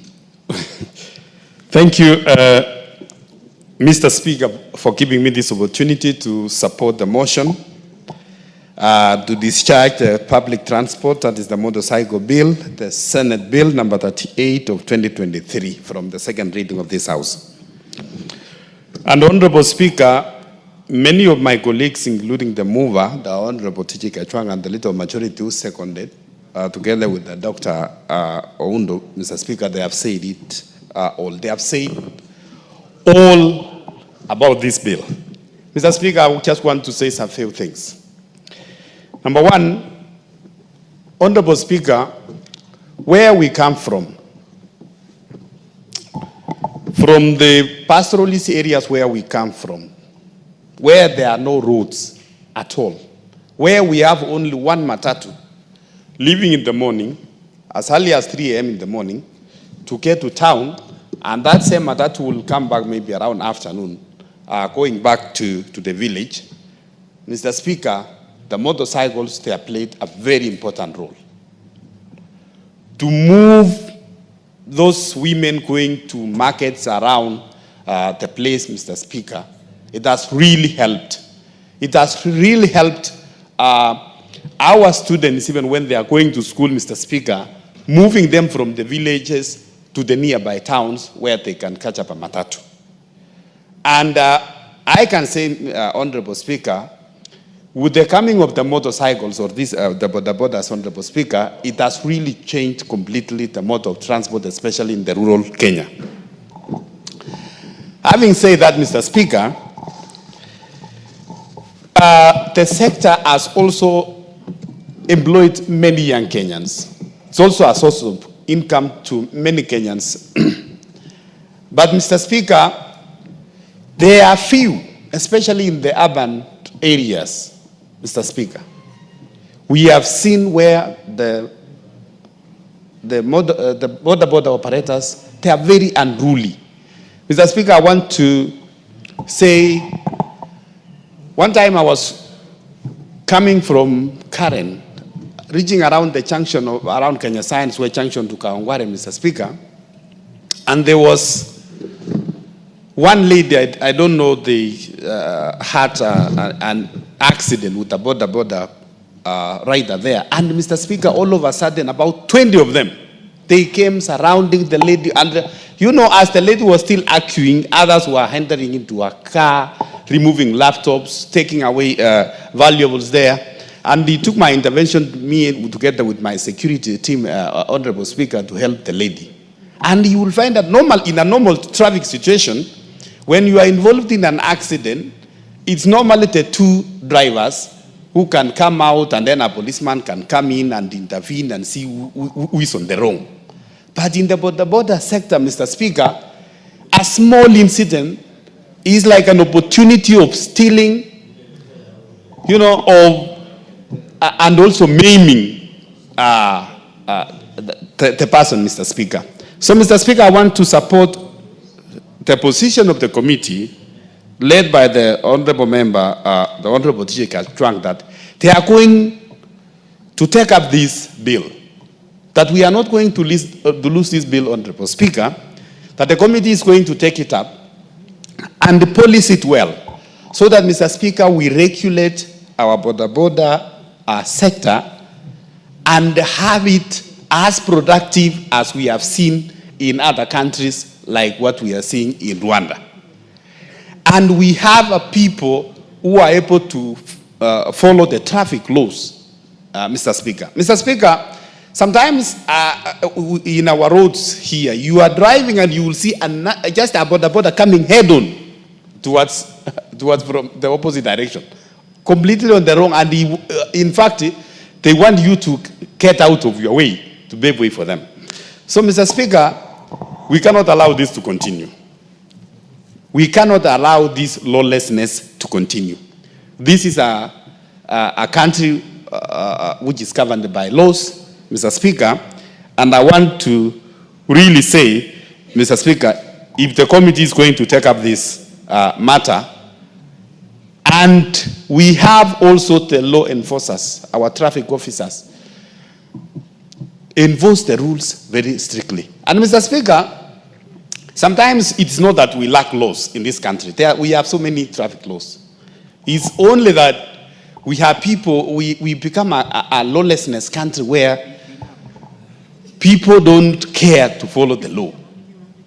And sometimes, some of these borders, including even the matatu operators, Mr. Speaker, those who are found to have violated the law, it is many of us, some of us, the politicians, the leaders, we are the first ones always to be in the police stations. Why are you arresting our people? Why are you arresting my people? And then they create some boldness. They become emboldened, Mr. Speaker, that they cannot listen to anybody, even the policemen on the road, because they know they have some godfathers somewhere. When they are arrested, they are going to be released. Mr. Speaker, I conclude on this, Mr. Speaker, I want to say, like the Honorable Kachwang said, if you go not only to Kenyatta, National Hospital at 9th floor. If you go to MTRH in Eldoret, there is a whole almost two wards, which are purely for border victims. If you go to every hospital in Nakuru, in central Kenya, you will find that many of the accident victims are victims or are accident victims from border accidents. So, Mr. Speaker, I want to conclude to say the committee, you have the support of the House. We are going to support you. Polish this bill, bring it back, and we are going to pass it to regulate the border sector and become an income generating sector like any other sector in the country. Thank you, Mr. Speaker. The Honorable Peter Irungu Kiungi is recognized. Okay, thank you. Thank you very much, Mr. Speaker. I start to support the withdrawal of the motion of the bill.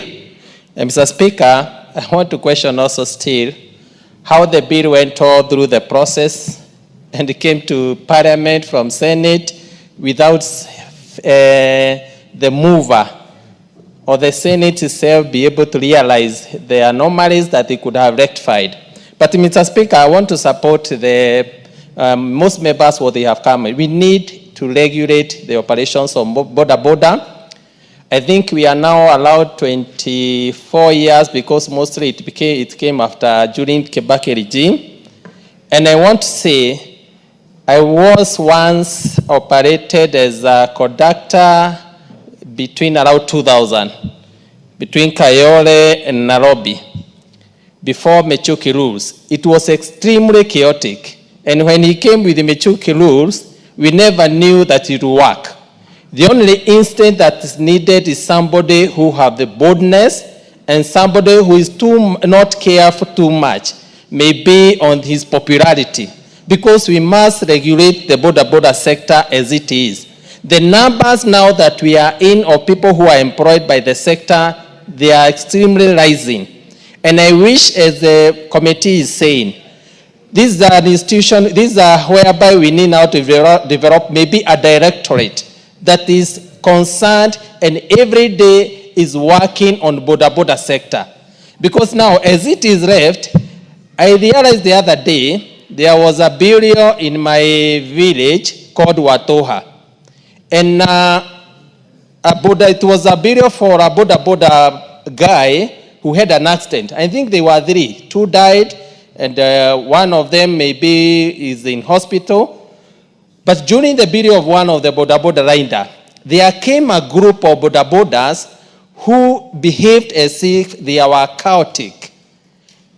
They interfered with burial whereby when the pastor was preaching, they came and took the coffin, they went directly to the burial site and buried the person. Without even prayers, they disregarded the family. It was so embarrassing, so chaotic. And therefore, that's why I'm saying, if we allow this sector to continue learning, now it's becoming now their chaotic issue. They are calling themselves biker. You don't understand how they are organized. And these people are criminals.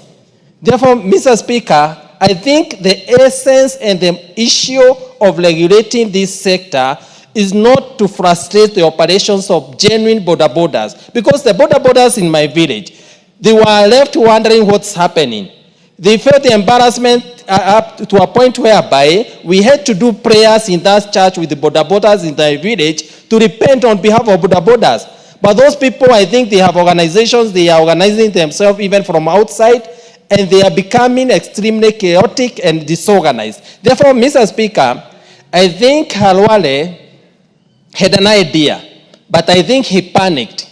But my prayer is that the Committee for Transport should think around it and come in a way to regulate and bring order to this sector. As everybody is saying, if you go to Rwanda, you feel, you admire the operations of border. One border carrying one passenger with a helmet, very organized. At a traffic jam, when the observed lights is extremely organized. And I think that one needs just an organized registration, and also, if possible, we have a directorate that will trickle up to the ground so that these people can be able to be organized in circles, and we can be able now to remove those criminals have intruded in this sector. Therefore, Mr. Speaker, I start to support the withdrawal, but I think Senate also should up their debate also, because I don't understand how that the bill came to Parliament. Then when we have it in Parliament, they are calling for withdrawal. I don't understand at which instance, maybe at what, how the process went around. But Mr. Speaker, as Parliament, we can agree, but call upon the Committee on Transport, just look on how you can bring order in this sector. And I know we can be able to bring order, and it will work for genuine border operators. And it will also assist us to be able to remove those operators or those criminals who have gotten a chance to intrude in this sector. Thank you, Mr. Speaker. The Honorable Joshua Mwalio. Thank you very much, Mr. Speaker. Mr. Speaker, I want to support also the withdrawal of this bill. Although initially I was not for the idea of the withdrawal, but I was convinced by the House business that the withdrawal is the right thing. And then we bring ours from this House.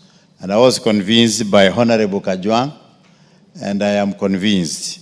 Having said that, I want to say that this sector is very important because it came in the hard time, the best time.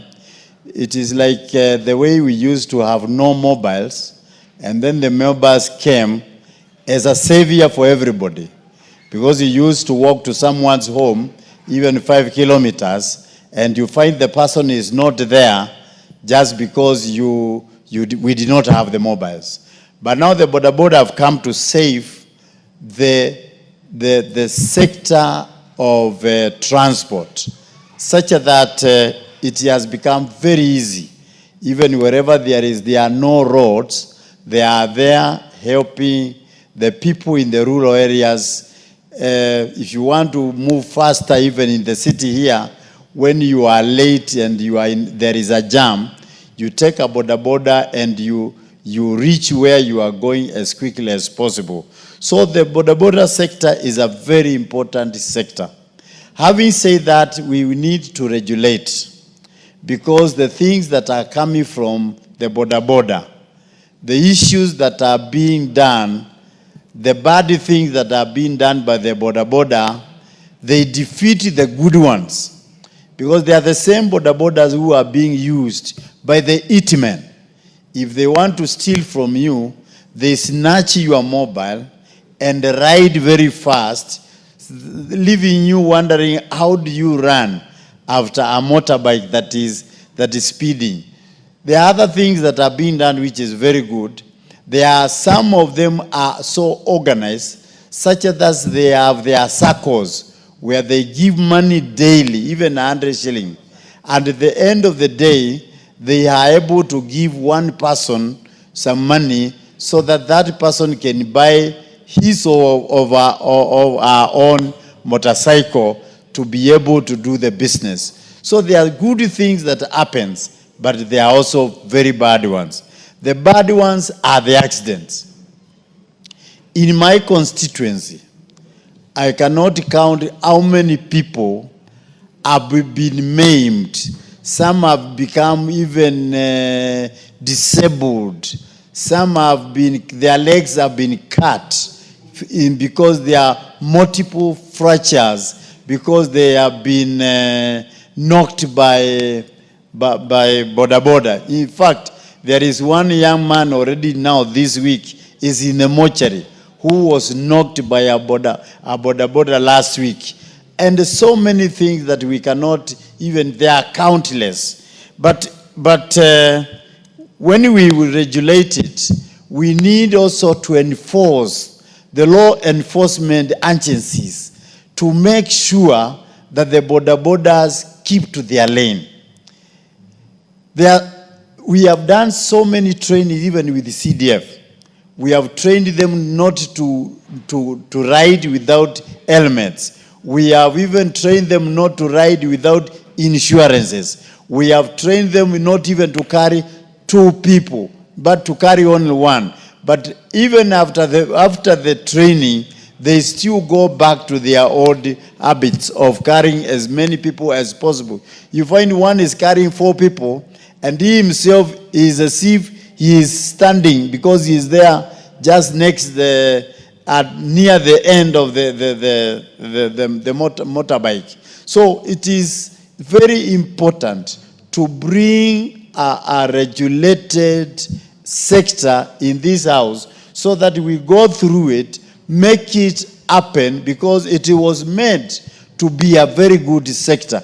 And of course it is. But because of the very bad things, then everybody is saying the border. They also, they bull people, even us, when we are campaigning. One time, I was bulled by them, and they even prevented me from entering a town until I paid 20,000. You see, so much bullying that they bully even the member of parliament. When you are going there to look for votes, they tell you cannot enter this town. It is controlled by us. It's a cartel. You pay money for you to enter and look for votes. If it's a rally you were going, you become late because you are arguing with the people that don't want even to hear you. So it is very important for us to regulate it and let us talk to them and tell them this is a country whereby we need to be ruled by the rules that are already set, and not everything that you do that is accepted. One of the honorable members I just cited, you drive like this and there is one coming on your side. You don't even imagine there can be anybody riding towards you when you are on your line. So you might even collide and kill them and even kill the passengers. So it is very important that we do what is right in this house, and our way is to make laws that help our country. I've seen also some of the organized ones. They obey their chairmans, they obey their secretariats, and you sit down with them, you plan your rally with them, so that they bring you in a town so that everybody is alert. Somebody is coming to speak, even to the people that you wanted to speak to. So they are good for organizing people and also for attracting attention, so that they call for you the crowd. They are good for that. But if you don't pay them after they have done for you that, next time they might not even allow you to speak to the people that you wanted to speak. For Speaker, I want to support for this bill to be, this motion to be brought again after the committee has made good of it, and so that we can make the laws that can govern the sector, so that our country can be disciplined. I've been to China. There are small thousands and thousands of border riders, but they are so disciplined that they move as the cars move. When it is time to stop, you stop. When it's time to move, you move. And it is very organized. And that is where the motorcycles are manufactured. But here, whereby we have been able to import them, we are the ones who are not able to use our roads in the right way. So with those few remarks, Speaker, I support the withdrawal. Does the Honorable Eric, the son of Mumbi, want to contribute to this? I'm told Mumbi is the mother of all the Agikuyu. You're not contributing to this? Okay, the Honorable, the Chair, the Departmental Committee on Finance and National Planning, Honorable Kimani. Thank you very much, Honorable Speaker. And the motion today is on the discharge of the Public Transport Motorcycle Regulation Bill, Senate Bill number 38 of 2023, which is now the official withdrawal from the House. This bill sponsored by the Senator for Kakamega, Dr. Boniface Halwale. I've gone through the bill, Honorable Speaker, and although there were some things or some clauses in the bill that were offensive and probably necessitated the Senator's decision to withdraw the entire bill, it's unfortunate because the bill carried very many things, a few things, quite a number of things that were very, very useful, that would have been very useful to this particular sector, Honorable Speaker. But before I debate the merits of the debate, Honorable Speaker, there was a presidential decree that was made in 2023 that was supposed to require training fees for bodabodas to 2,500, Honorable Speaker. I have checked that actually there has been programs that are being undertaken by AA, by NTSA, and by NYS that actually reduce the cost of this particular training to around 750 shillings, Honorable Speaker. However, these particular programs remain a mirage because there is not enough publicity on this, even to our constituents, Honorable Speaker. For you to acquire just a license to ride a boda, you need to have a provisional driving license that you apply at 650 shillings. You need to have a test application fee that you pay 1,050 shillings, and you need to pay a license and endorsement of 600 shillings. The training in I checked a few of the training colleges in the country will charge you between 5,000 and 10,000 shillings, Honorable Speaker. So for a skill set that is very important to the people at the bottom of the pyramid and to the real hustlers of this country, Honorable Speaker, I think training fees for boda riders remain too high for them to afford. And as a committee of transport now retreats to relook at how to bring this back, Honorable Speaker, will be to look at affirmative action to make sure we reduce the cost of training. Because the matters that are raised by the members in this House about, for example, the accidents that are caused by Honorable Speaker, some of them is because some student clears Form 4 or Class 8, and of course now the easiest business to start becomes that of a boda rider, Honorable Speaker. But if then the training fees would be reasonable enough, then that particular rider, Honorable Speaker, would be motivated to go and do boda training, Honorable Speaker, before they actually get to ride that boda Speaker. Boda sector is a very important sector in our economy. I dare say we cannot live without the boda sector in this country. You know, it is our last mile connectivity in our transport. When you want to go to the deepest of our villages or to the deepest of our urban areas where some of the roads are really small, Honorable Speaker, we rely on these boda riders, Honorable Speaker. When those people fall sick, it is these boda riders that take them to hospitals. The first reactions, even in terms of security matters, if there is a theft in a particular village, if there is any insecurity matters, Honorable Speaker, the first respondents, most of the time, not even police officers, they are boda riders because most of them operate even 24 hours, Honorable Speaker. And therefore, this is an area that is so critical to our economy that we need to protect. We need to provide affirmative action, Honorable Speaker, so that these riders can have training, can have better access to safety gears, such as a helmet, reflectors, Honorable Speaker. If you check around, especially in Nairobi, Honorable Speaker, you must have noticed most of the bikes, including during the day, have their lights on with a casako at the front yellow. Those are electric motorcycles. And Honorable Speaker, the spur of use of electric motorcycles in this country that have saved the fuel consumption or the cost of running these bodas by more than 50% is a result of policy directions that have been made on this House. The Finance Act of 2023, Honorable Speaker, provided for zero rating of electric motorcycles and their parts thereof, Honorable Speaker. This fundamentally reduced the cost of electric motorcycles that have seen multinationals such as Uber, such as Mogo, such as Watu invest, Honorable Speaker, through venture capitalists into these particular entities, Honorable Speaker. And therefore you've seen the profitability of boda riders, especially the ones that do delivery services around Nairobi, Honorable Speaker, use electric motorcycles. And you're hoping that this private sector will take this further to our villages, Honorable Speaker, so that the boda business can be more profitable to these young people that, Honorable Speaker, are very hardworking. As much as we want to blame our boda riders for the acts, Honorable Speaker, motorists also have contributed to this. You know, when you'll find a lot of time, especially around roundabouts, Honorable Speaker, we really squeeze out some of these boda riders, Honorable Speaker. And you find some of them is carrying a radio, Honorable Speaker. They really get scared. because there's a matatu or there's a car that really is squeezing them almost out of the road. And out of that panic, Honorable Speaker, sometimes the passenger shakes or even the rider, Honorable Speaker, panics. So in as much as if you are really control the accidents that are caused by these boda boda riders, even as motorists, we need to respect other motorists on the road. Our boda boda riders are equal motorists in our roads, Honorable Speaker, and they deserve the respect we give the vehicles on our roads, Honorable Speaker. There are some, another policy direction, Honorable Speaker, with this House. I did sponsor the Business Laws Amendment Bill that was passed in this, Honorable Speaker. And one of the critical amendments we had was to stop the exploitation of the buy now pay later program that was being done by financial institutions, Honorable Speaker.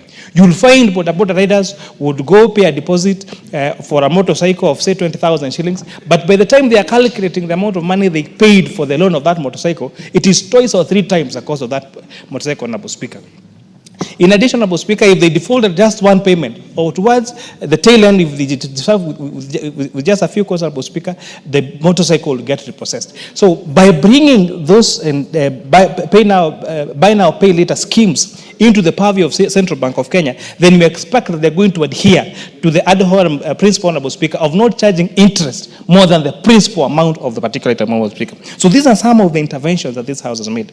However, we urge, especially our private sector, to innovate and make boda boda riding as comfortable, as safe as you've seen in the examples that we've talked about, for example, in China and Rwanda and other countries, Honorable Speaker. And a good example, there's a company called Oye. So Oye has partnered with National Oil petrol station, it is total petrol station, Honorable Speaker, where now when the boda boda riders get to fuel their motorcycles at National Oil, at Total petrol station, Honorable Speaker, they actually get to contribute towards having a medical insurance for them and their passenger, Honorable Speaker. And these are some of the products, as we say, can we have our insurance industries innovate and have such solutions as these in terms of affordability, accessibility, and have the boda boda rider and the passenger to be covered on medical insurance. That's the same way we have for motorists, for other motorists, Honorable Speaker. So we laud the interventions that this House has made, and we look forward to the Departmental Committee on Transport coming up with even more innovations to cushion our boda riders from, to make sure that the riding is safe, the costs of their training is reduced, the cost of their security gears such as helmet and all the other training gears that they need, Honorable Speaker, that actually it's adhered to, Honorable Speaker. And also thank them. They are a good example of organization. You know, you go to stages across the country, you find they are organized. They have the chairman of that stage who approves all those people that ride that particular stage. They know each other. Some of them have welfare programs. They organize themselves at the ward level, at the sub-county level, at the county level, and the national level. And if, for example, if Honorable Speaker, we can find other ways of supporting them, especially with products, Honorable Speaker, and formative action on these particular people, I believe that they can really transform our nation, not just economically, but ensure there is a safe way of movement of goods and people from point A to B, Honorable Speaker, and they actually get to earn a decent income to support their families, because boda people in this country are very hardworking people. And as Honorable Speaker, let us stop castigating all the boda riders. Ati tunasema watu wote wa boda ni wabaya, ni wezi. It's just like in every sector. They are treated by professionals who do not adhere to professional good conduct. Whether you go to, whether it is in police service, whether it is in legal service, whether it is in the accounting profession, in every profession across the world, you cannot lack a few people who do not adhere to professional conduct of that particular institution, Honorable Speaker. So not all boda riders are good, and majority of our boda riders are hardworking Kenyans who work hard to feed their families, and for that we must applaud them and help them and cushion them against the cost of their training and the cost of their safety gears. With that, I support this discharge, Honorable Speaker. Honorable Stephen M. Ugaka, MP4 West Mugirango. Thank you, Mr. Speaker. And I also want to support the withdrawal of this Senate bill, just like all other Senate bills should be withdrawn. Because the border sector, Mr. Speaker, is the lifeline of this country. And I speak to this as a graduate of business, and during my undergraduate course, one of my theses and dissertations I wrote was about the transport industry as it was then. Mr. Speaker, sir, the transport sector in East Africa was dominated by multinationals, the overseas trading company. And at that time, transport sector was a no-go zone for anybody. And that was the model, even in the banking sector, until the Grameen model came that destroyed the mythology that banking or transport is a space for only big players. Mr. Speaker, since the OTC time, when the matatu industry made a debut into the transport sector, it was demonized. And little did people know that the matatu sector was going to revolutionize the informal transport sector and make transport available to all from destinations which were not otherwise authorized stages under the old monopoly of the overseas trading company.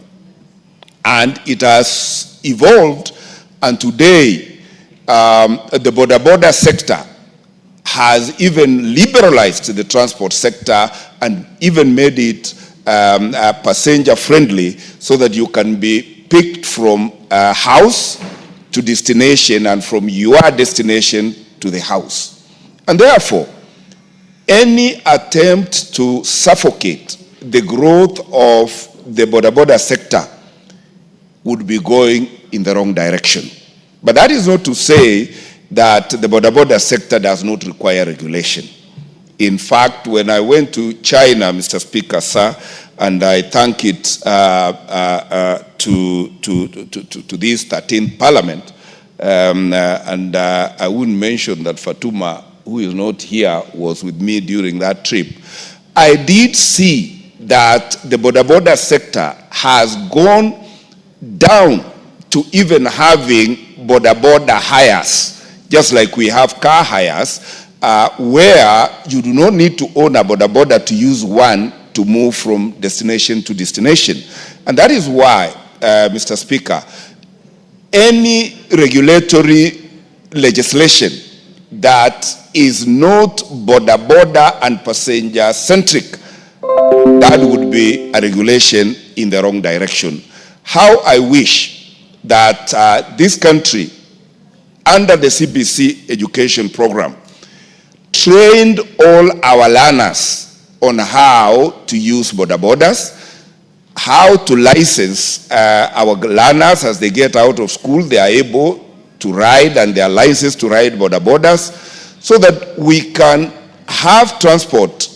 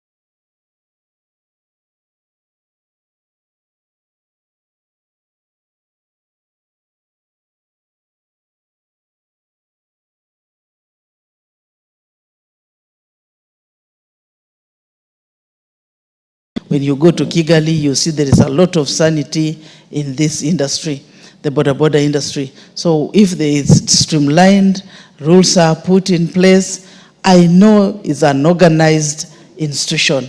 They have leadership right from the village, sub-county to county levels. If they can be put together, they be taught on so many things, on road safety, that one will be very good for them, because most people, livelihoods of our people in the villages, and even in big towns, even in Nairobi here, I normally see when there's big jam, most people use the boda riders to be moved from point A to point B. Even before this Mombasa getting to the airport, it used to be a nightmare before the new roads came up. People used to jump onto bodas to rush them to the airport. So let us not look at boda as a menace or as a problem. The boda sector must have rules that can govern.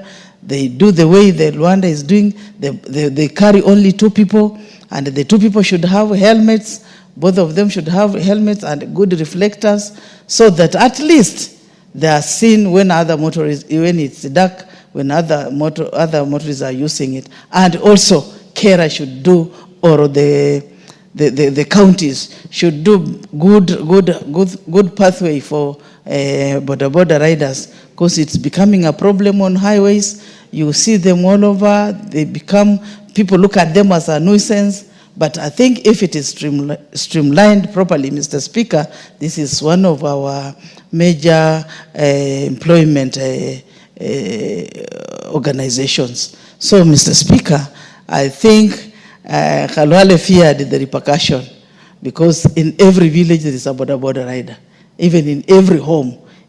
So I think by pulling it out, I think it is a good idea, but the Minister of Transport, the Minister, should regulate, give rules out, set rules out on how the boda sector should be governed, so that we minimize on accidents on the roads, we minimize a lot of robbery, we minimize, because people are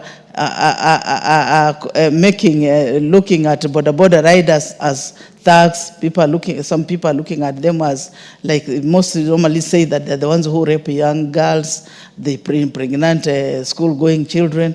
But let us take boda to be one of the best employer, the best institution that is employing so many of our people. So let us support this industry and put in the necessary rules and the necessary issues that can make it run. I remember, may God rest his soul, internal peace, the man by the name Michuki Rules, when he came out. I think the minister of this transport ministry should come up in that manner. Let them not just look like they want to be massaged, they want to look like they are angels. You want them to bring rules that can govern the roads, rules that can make people understand that boda riders and our boda industry is just an equal employer like any other employment. So I think I want to thank Khalwale for his thinking, knowing very well the repercussion, and since he's saying that he's going for gubernatorial seat, this could have worked against him so badly. Because I remember there was a time when we were doing Tibima and Telala, and we were demonstrating the whole country when we were resisting. I remember when he came to Vihiga to assist me to demonstrate, and they had marked him. Honorable Kajwang knows that very well. He jumped, Khalwale jumped onto a boda, and he escaped the OCS from arresting him. So these boda services, they are good.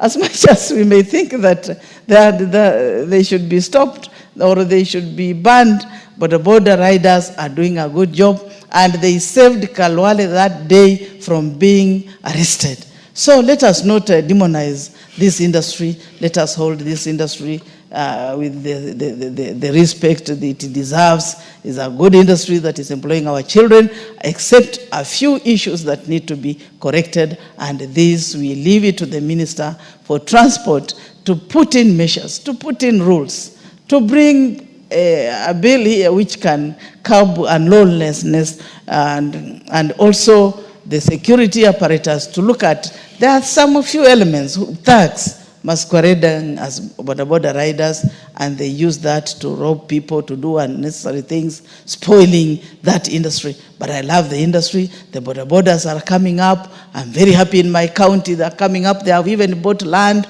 They want to put up structures. They want to assist the government in the housing department, whereby the government has to meet the requirements of the housing sector. They want to put up apartments. They're coming up. And from boda, they are coming matatu owners and bus owners. So let us not demonize it wholesomely. It's an industry that needs to be nurtured. It's an industry that needs to be protected so that our children, our people can be put something on the table in their homes. Thank you, Mr. Speaker. I wish to end there. Thank you. MP for Kwanza, the Honorable Charo Kazungu. Asante Bwana Spika kwa kunipatia nafasi hii kuweza kuchangia kwa huu mjadala ambao unaendelea saa hizi. Kwanza kabisa pia nataka nimshukuru na nipongeze Bwana Kawale kwanza kwa kuweza kuja na mswada kama huu, hata japokuwa amesema kwa tuweze kuondoa, lakini ni mswada muhimu sana tukizingatia kwamba sekta ya bodaboda nchini Kenya imechangia pakubwa sana kuimarisha uchumi wetu. Mara nyingine wanajiuliza kama haingekuwa ni hii sekta ya bodaboda, hawa vijana wetu wengi ambao wanatoka mashule saizi wangekuwa wanafanya kazi gani? Kwa sababu tunavyojua hali ya uchumi katika nchi yetu si nzuri vile. Ni vijana wengi sana ambao wamepata makao katika hii sekta ya bodaboda na wameweza kujipatia riziki ya kila siku kuweza kujiendeleza katika maisha yao. Kwa hivyo hii sekta imesaidia pakubwa sana katika kuchangia kuimarisha uchumi wa nchi yetu. Mara nyingine najiuliza kule ninakotoka sehemu ya Ganze ni sehemu ambayo ni ya mashambani sana, ni rural area, na kule barabara hakuna. Nafikiri katika eneo bunge lote la Ganze kilomita za barabara ambazo zimewekwa lami hazifiki hata kilomita 30. Na sisi kama wakazi tunategemea sana usafiri wa kutumia bodaboda kuweza kufanya biashara zetu na pia kuweza kutoka katika pointi ya kwanza hadi pointi ya pili. Ingekuwa hakuna bodaboda, watu wangekuwa wanatumia usafiri wa kutumia miguu ama wa kutumia baiskeli. Na mara nyingi inakuwa vigumu sana kuweza kusafirisha bidhaa ama kusafirisha watu, especially wagonjwa. Lakini sasa ukiangalia hata usiku wa manane, ukipatikana na shida katika nyumba yako, ni rahisi kuitisha mtu wa bodaboda, anakuja, anakubeba, anakupeleka hospitali. Hospitali zetu zenyewe kule Ganze pia ziko mbali sana.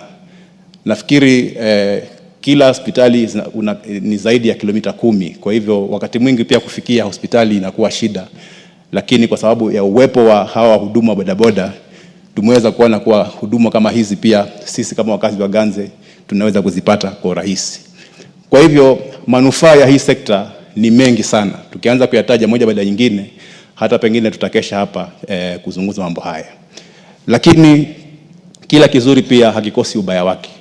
Na tumeona kwamba katika hii sekta kuna watu wachache, wacha niseme wachache, ambao wanaharibu jina zuri la wahudumu wa bodaboda.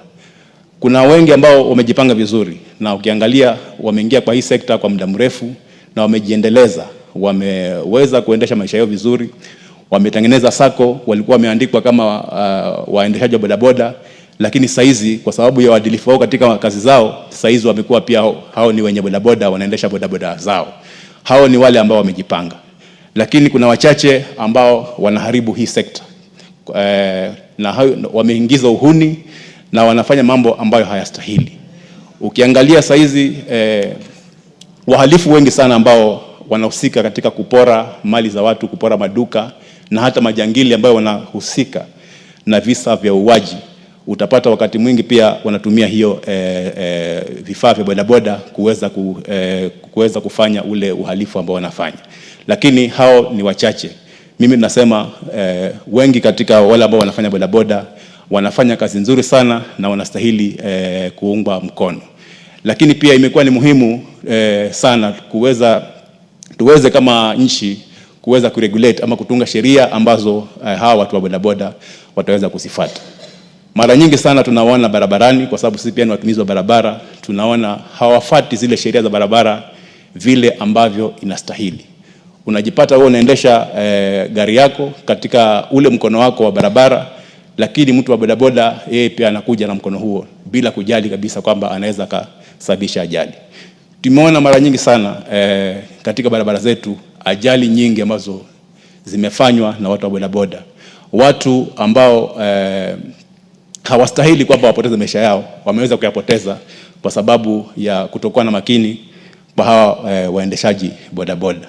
Hili ni jambo ambalo limekuwa sugu katika nchi yetu, kwa sababu ukitembea katika hospitali nyingi kama pale Kilifi, kuna ward katika hospitali ya Kilifi inaitwa bajaji ward. Ukienda katika hospitali ya Malindi kuna ward pia inaitwa bajaji ward, na ukiangalia wale watu wako katika hiyo ward ni watu ambao wamepata ajali kupitia kwa hizi bodaboda. Kwa hivyo mbali na kuwa wamekuwa wakifanya kazi nzuri, lakini kwa sababu ya wachache ambao hawana makini wamesababisha hasara kubwa sana. Kwa sababu utapata watu wamekaa pale kwa hospitali, itabidi wafanyiwe operations, itabidi wawekwe vyuma, na utapata wakati mwingi pia hata pesa za kufanyiwa hizi vitu hakuna. Itabidi sisi kama wanasiasa pia tunahusishwa tena kufanya michango ili hawa watu waweze kusaidika.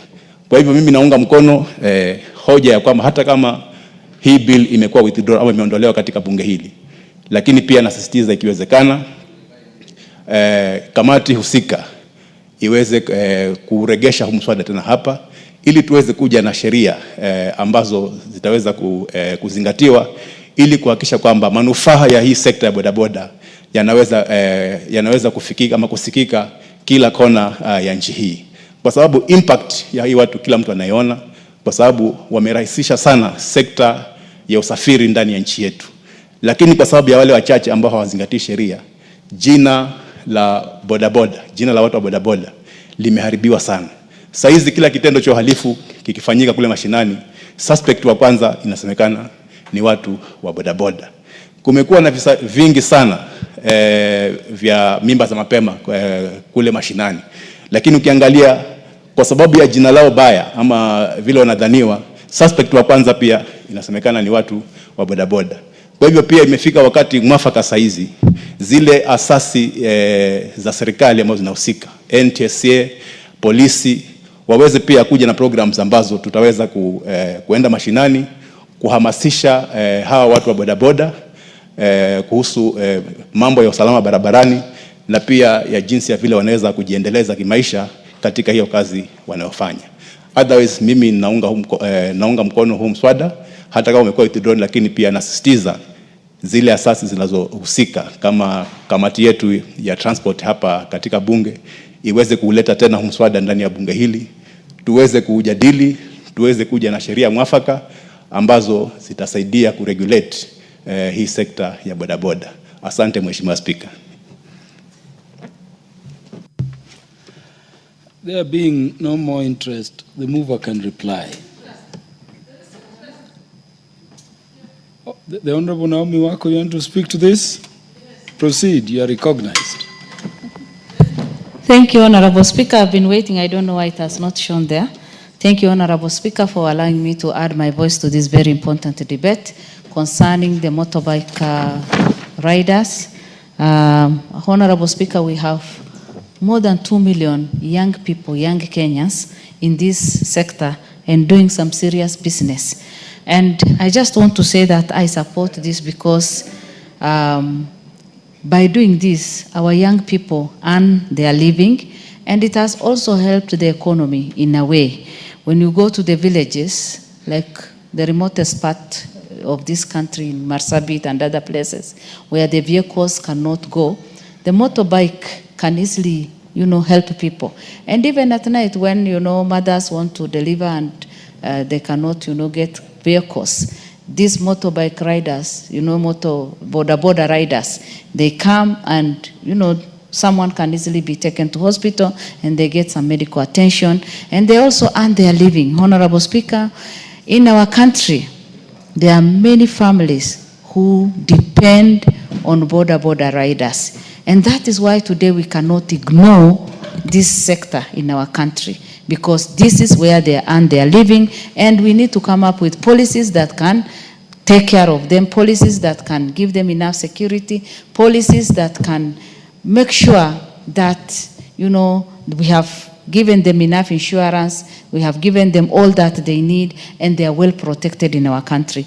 Honorable Speaker, in many families, motorbike riders or boarders have suffered in the past simply because they have been targeted. Like the areas that have a lot of insecurity, the border riders have been targeted and have also lost their lives. And that is why today we need to come up with ways that they can be secured, their lives can be secured, and make sure that we have laws in place that even when they ride at night, they are safe enough. Honorable Speaker, again, we need to make sure that they have been given enough training. Because of the need that is there, many of them just train themselves and then they just go into the business. We need to make sure that NTSA comes up with a proper way of training them and making sure that they give them even certificates, and also coming up with affordable insurance cover so that, they have their circles, and through their circles, they can even have affordable insurance cover.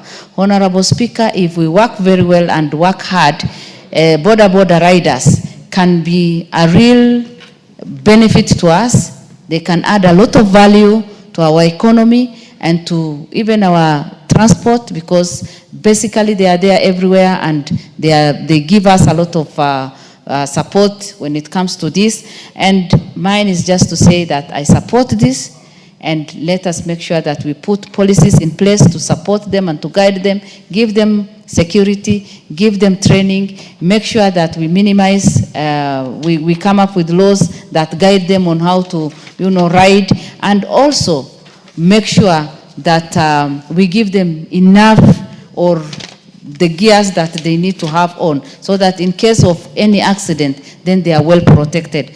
Honorable Speaker, we need to also have their data. In Kenya, I said that we have over 2 million Kenyans in this business. But even in the villages, we need to know how many border riders are there, so that the government can have their data. And in case of any accident, in case of anything, we need to just get there and help and see how best they can serve the society and also help themselves. Honorable Speaker, as a country, Kenyans are very innovative. Young Kenyans are dying because they have no employment, they are depressed. Some of them commit suicide because they cannot afford even to buy a motorbike and ride a motorbike. We need to come up with ideas that can help our young people to even have motorbikes, so that they can be able to buy them on loan and give back their money, so that, because that is the only easy way we can create employment for our people. With those few remarks, Honorable Speaker, I support and I encourage us to contribute to this and make sure that this is turned into law for us to assist our border riders. Thank you.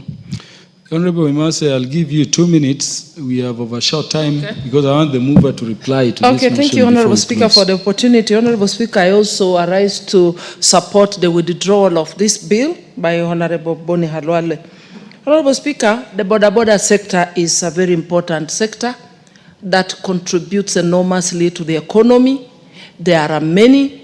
They must be recognized and they must be supported. Honorable Speaker, when this bill was introduced in the Senate, there was a lot of uproar about the bill. And Honorable Speaker, we know that a bill or any law must be very clear must be very precise. And in that law, there was a proposal, for example, about the weight the boda could carry. And in fact, I was looking at myself and I said, even as slim as I am weighing 70 kg. So when you talk of not more than 50, how would they be able to determine? Would they be traveling with a weighing machine on the boda? So there were certain clauses, definitely, that didn't agger very well, or that required that bill be thought through, be researched more before it could be brought to the fore. So, Honorable Speaker, a law should not destabilize any business or disadvantage the operators. So in this case, I think I support the withdrawal, as much as we agree that there is need for regulation because of the safety concerns, because of the security. But the problem we are having is not about, it's not the border. It is the weak law enforcement. It is the corruption that has culminated into impunity, accidents on our way, or on the roadsides, and all this insecurity we are seeing is because of weak law enforcement. So we cannot blame this on the borders. I support the withdrawal, and I'm saying at a later time, probably this bill could be thought through very well, researched properly, and then we could have a proper regulation to help protect the border, support the border, and make sure that they themselves are secure from so many crimes we witness. Borders being hijacked, being killed, their pikipikis taken away. So I would support the aspect of registering, knowing who is in which stage, who is doing the business where, so that in case of crime, government is able to trace, to trail, and arrest the culprits. But this is a sector that has accommodated so many of our youths.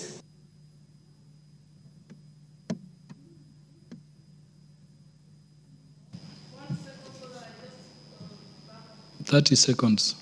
Thank you. Honorable Speaker, this sector is not just about those youths as it was perceived in the past, those who have not gone. Today we have youths who have degrees. There are no jobs. They are creating employment for themselves.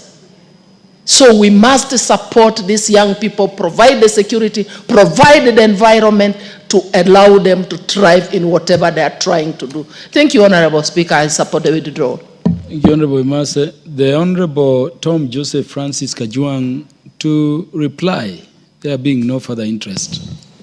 Mr. Speaker, I want to thank you for giving us the opportunity to debate through this motion, which just seeks a simple thing to withdraw this bill.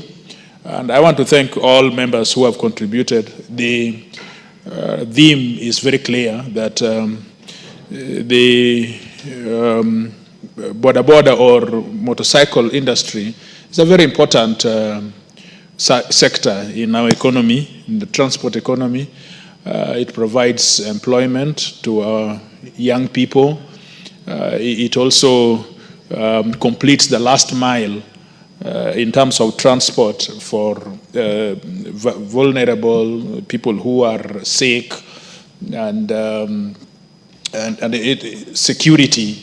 And so I have seen several chiefs. The only means that they can be able to reach their people is through border.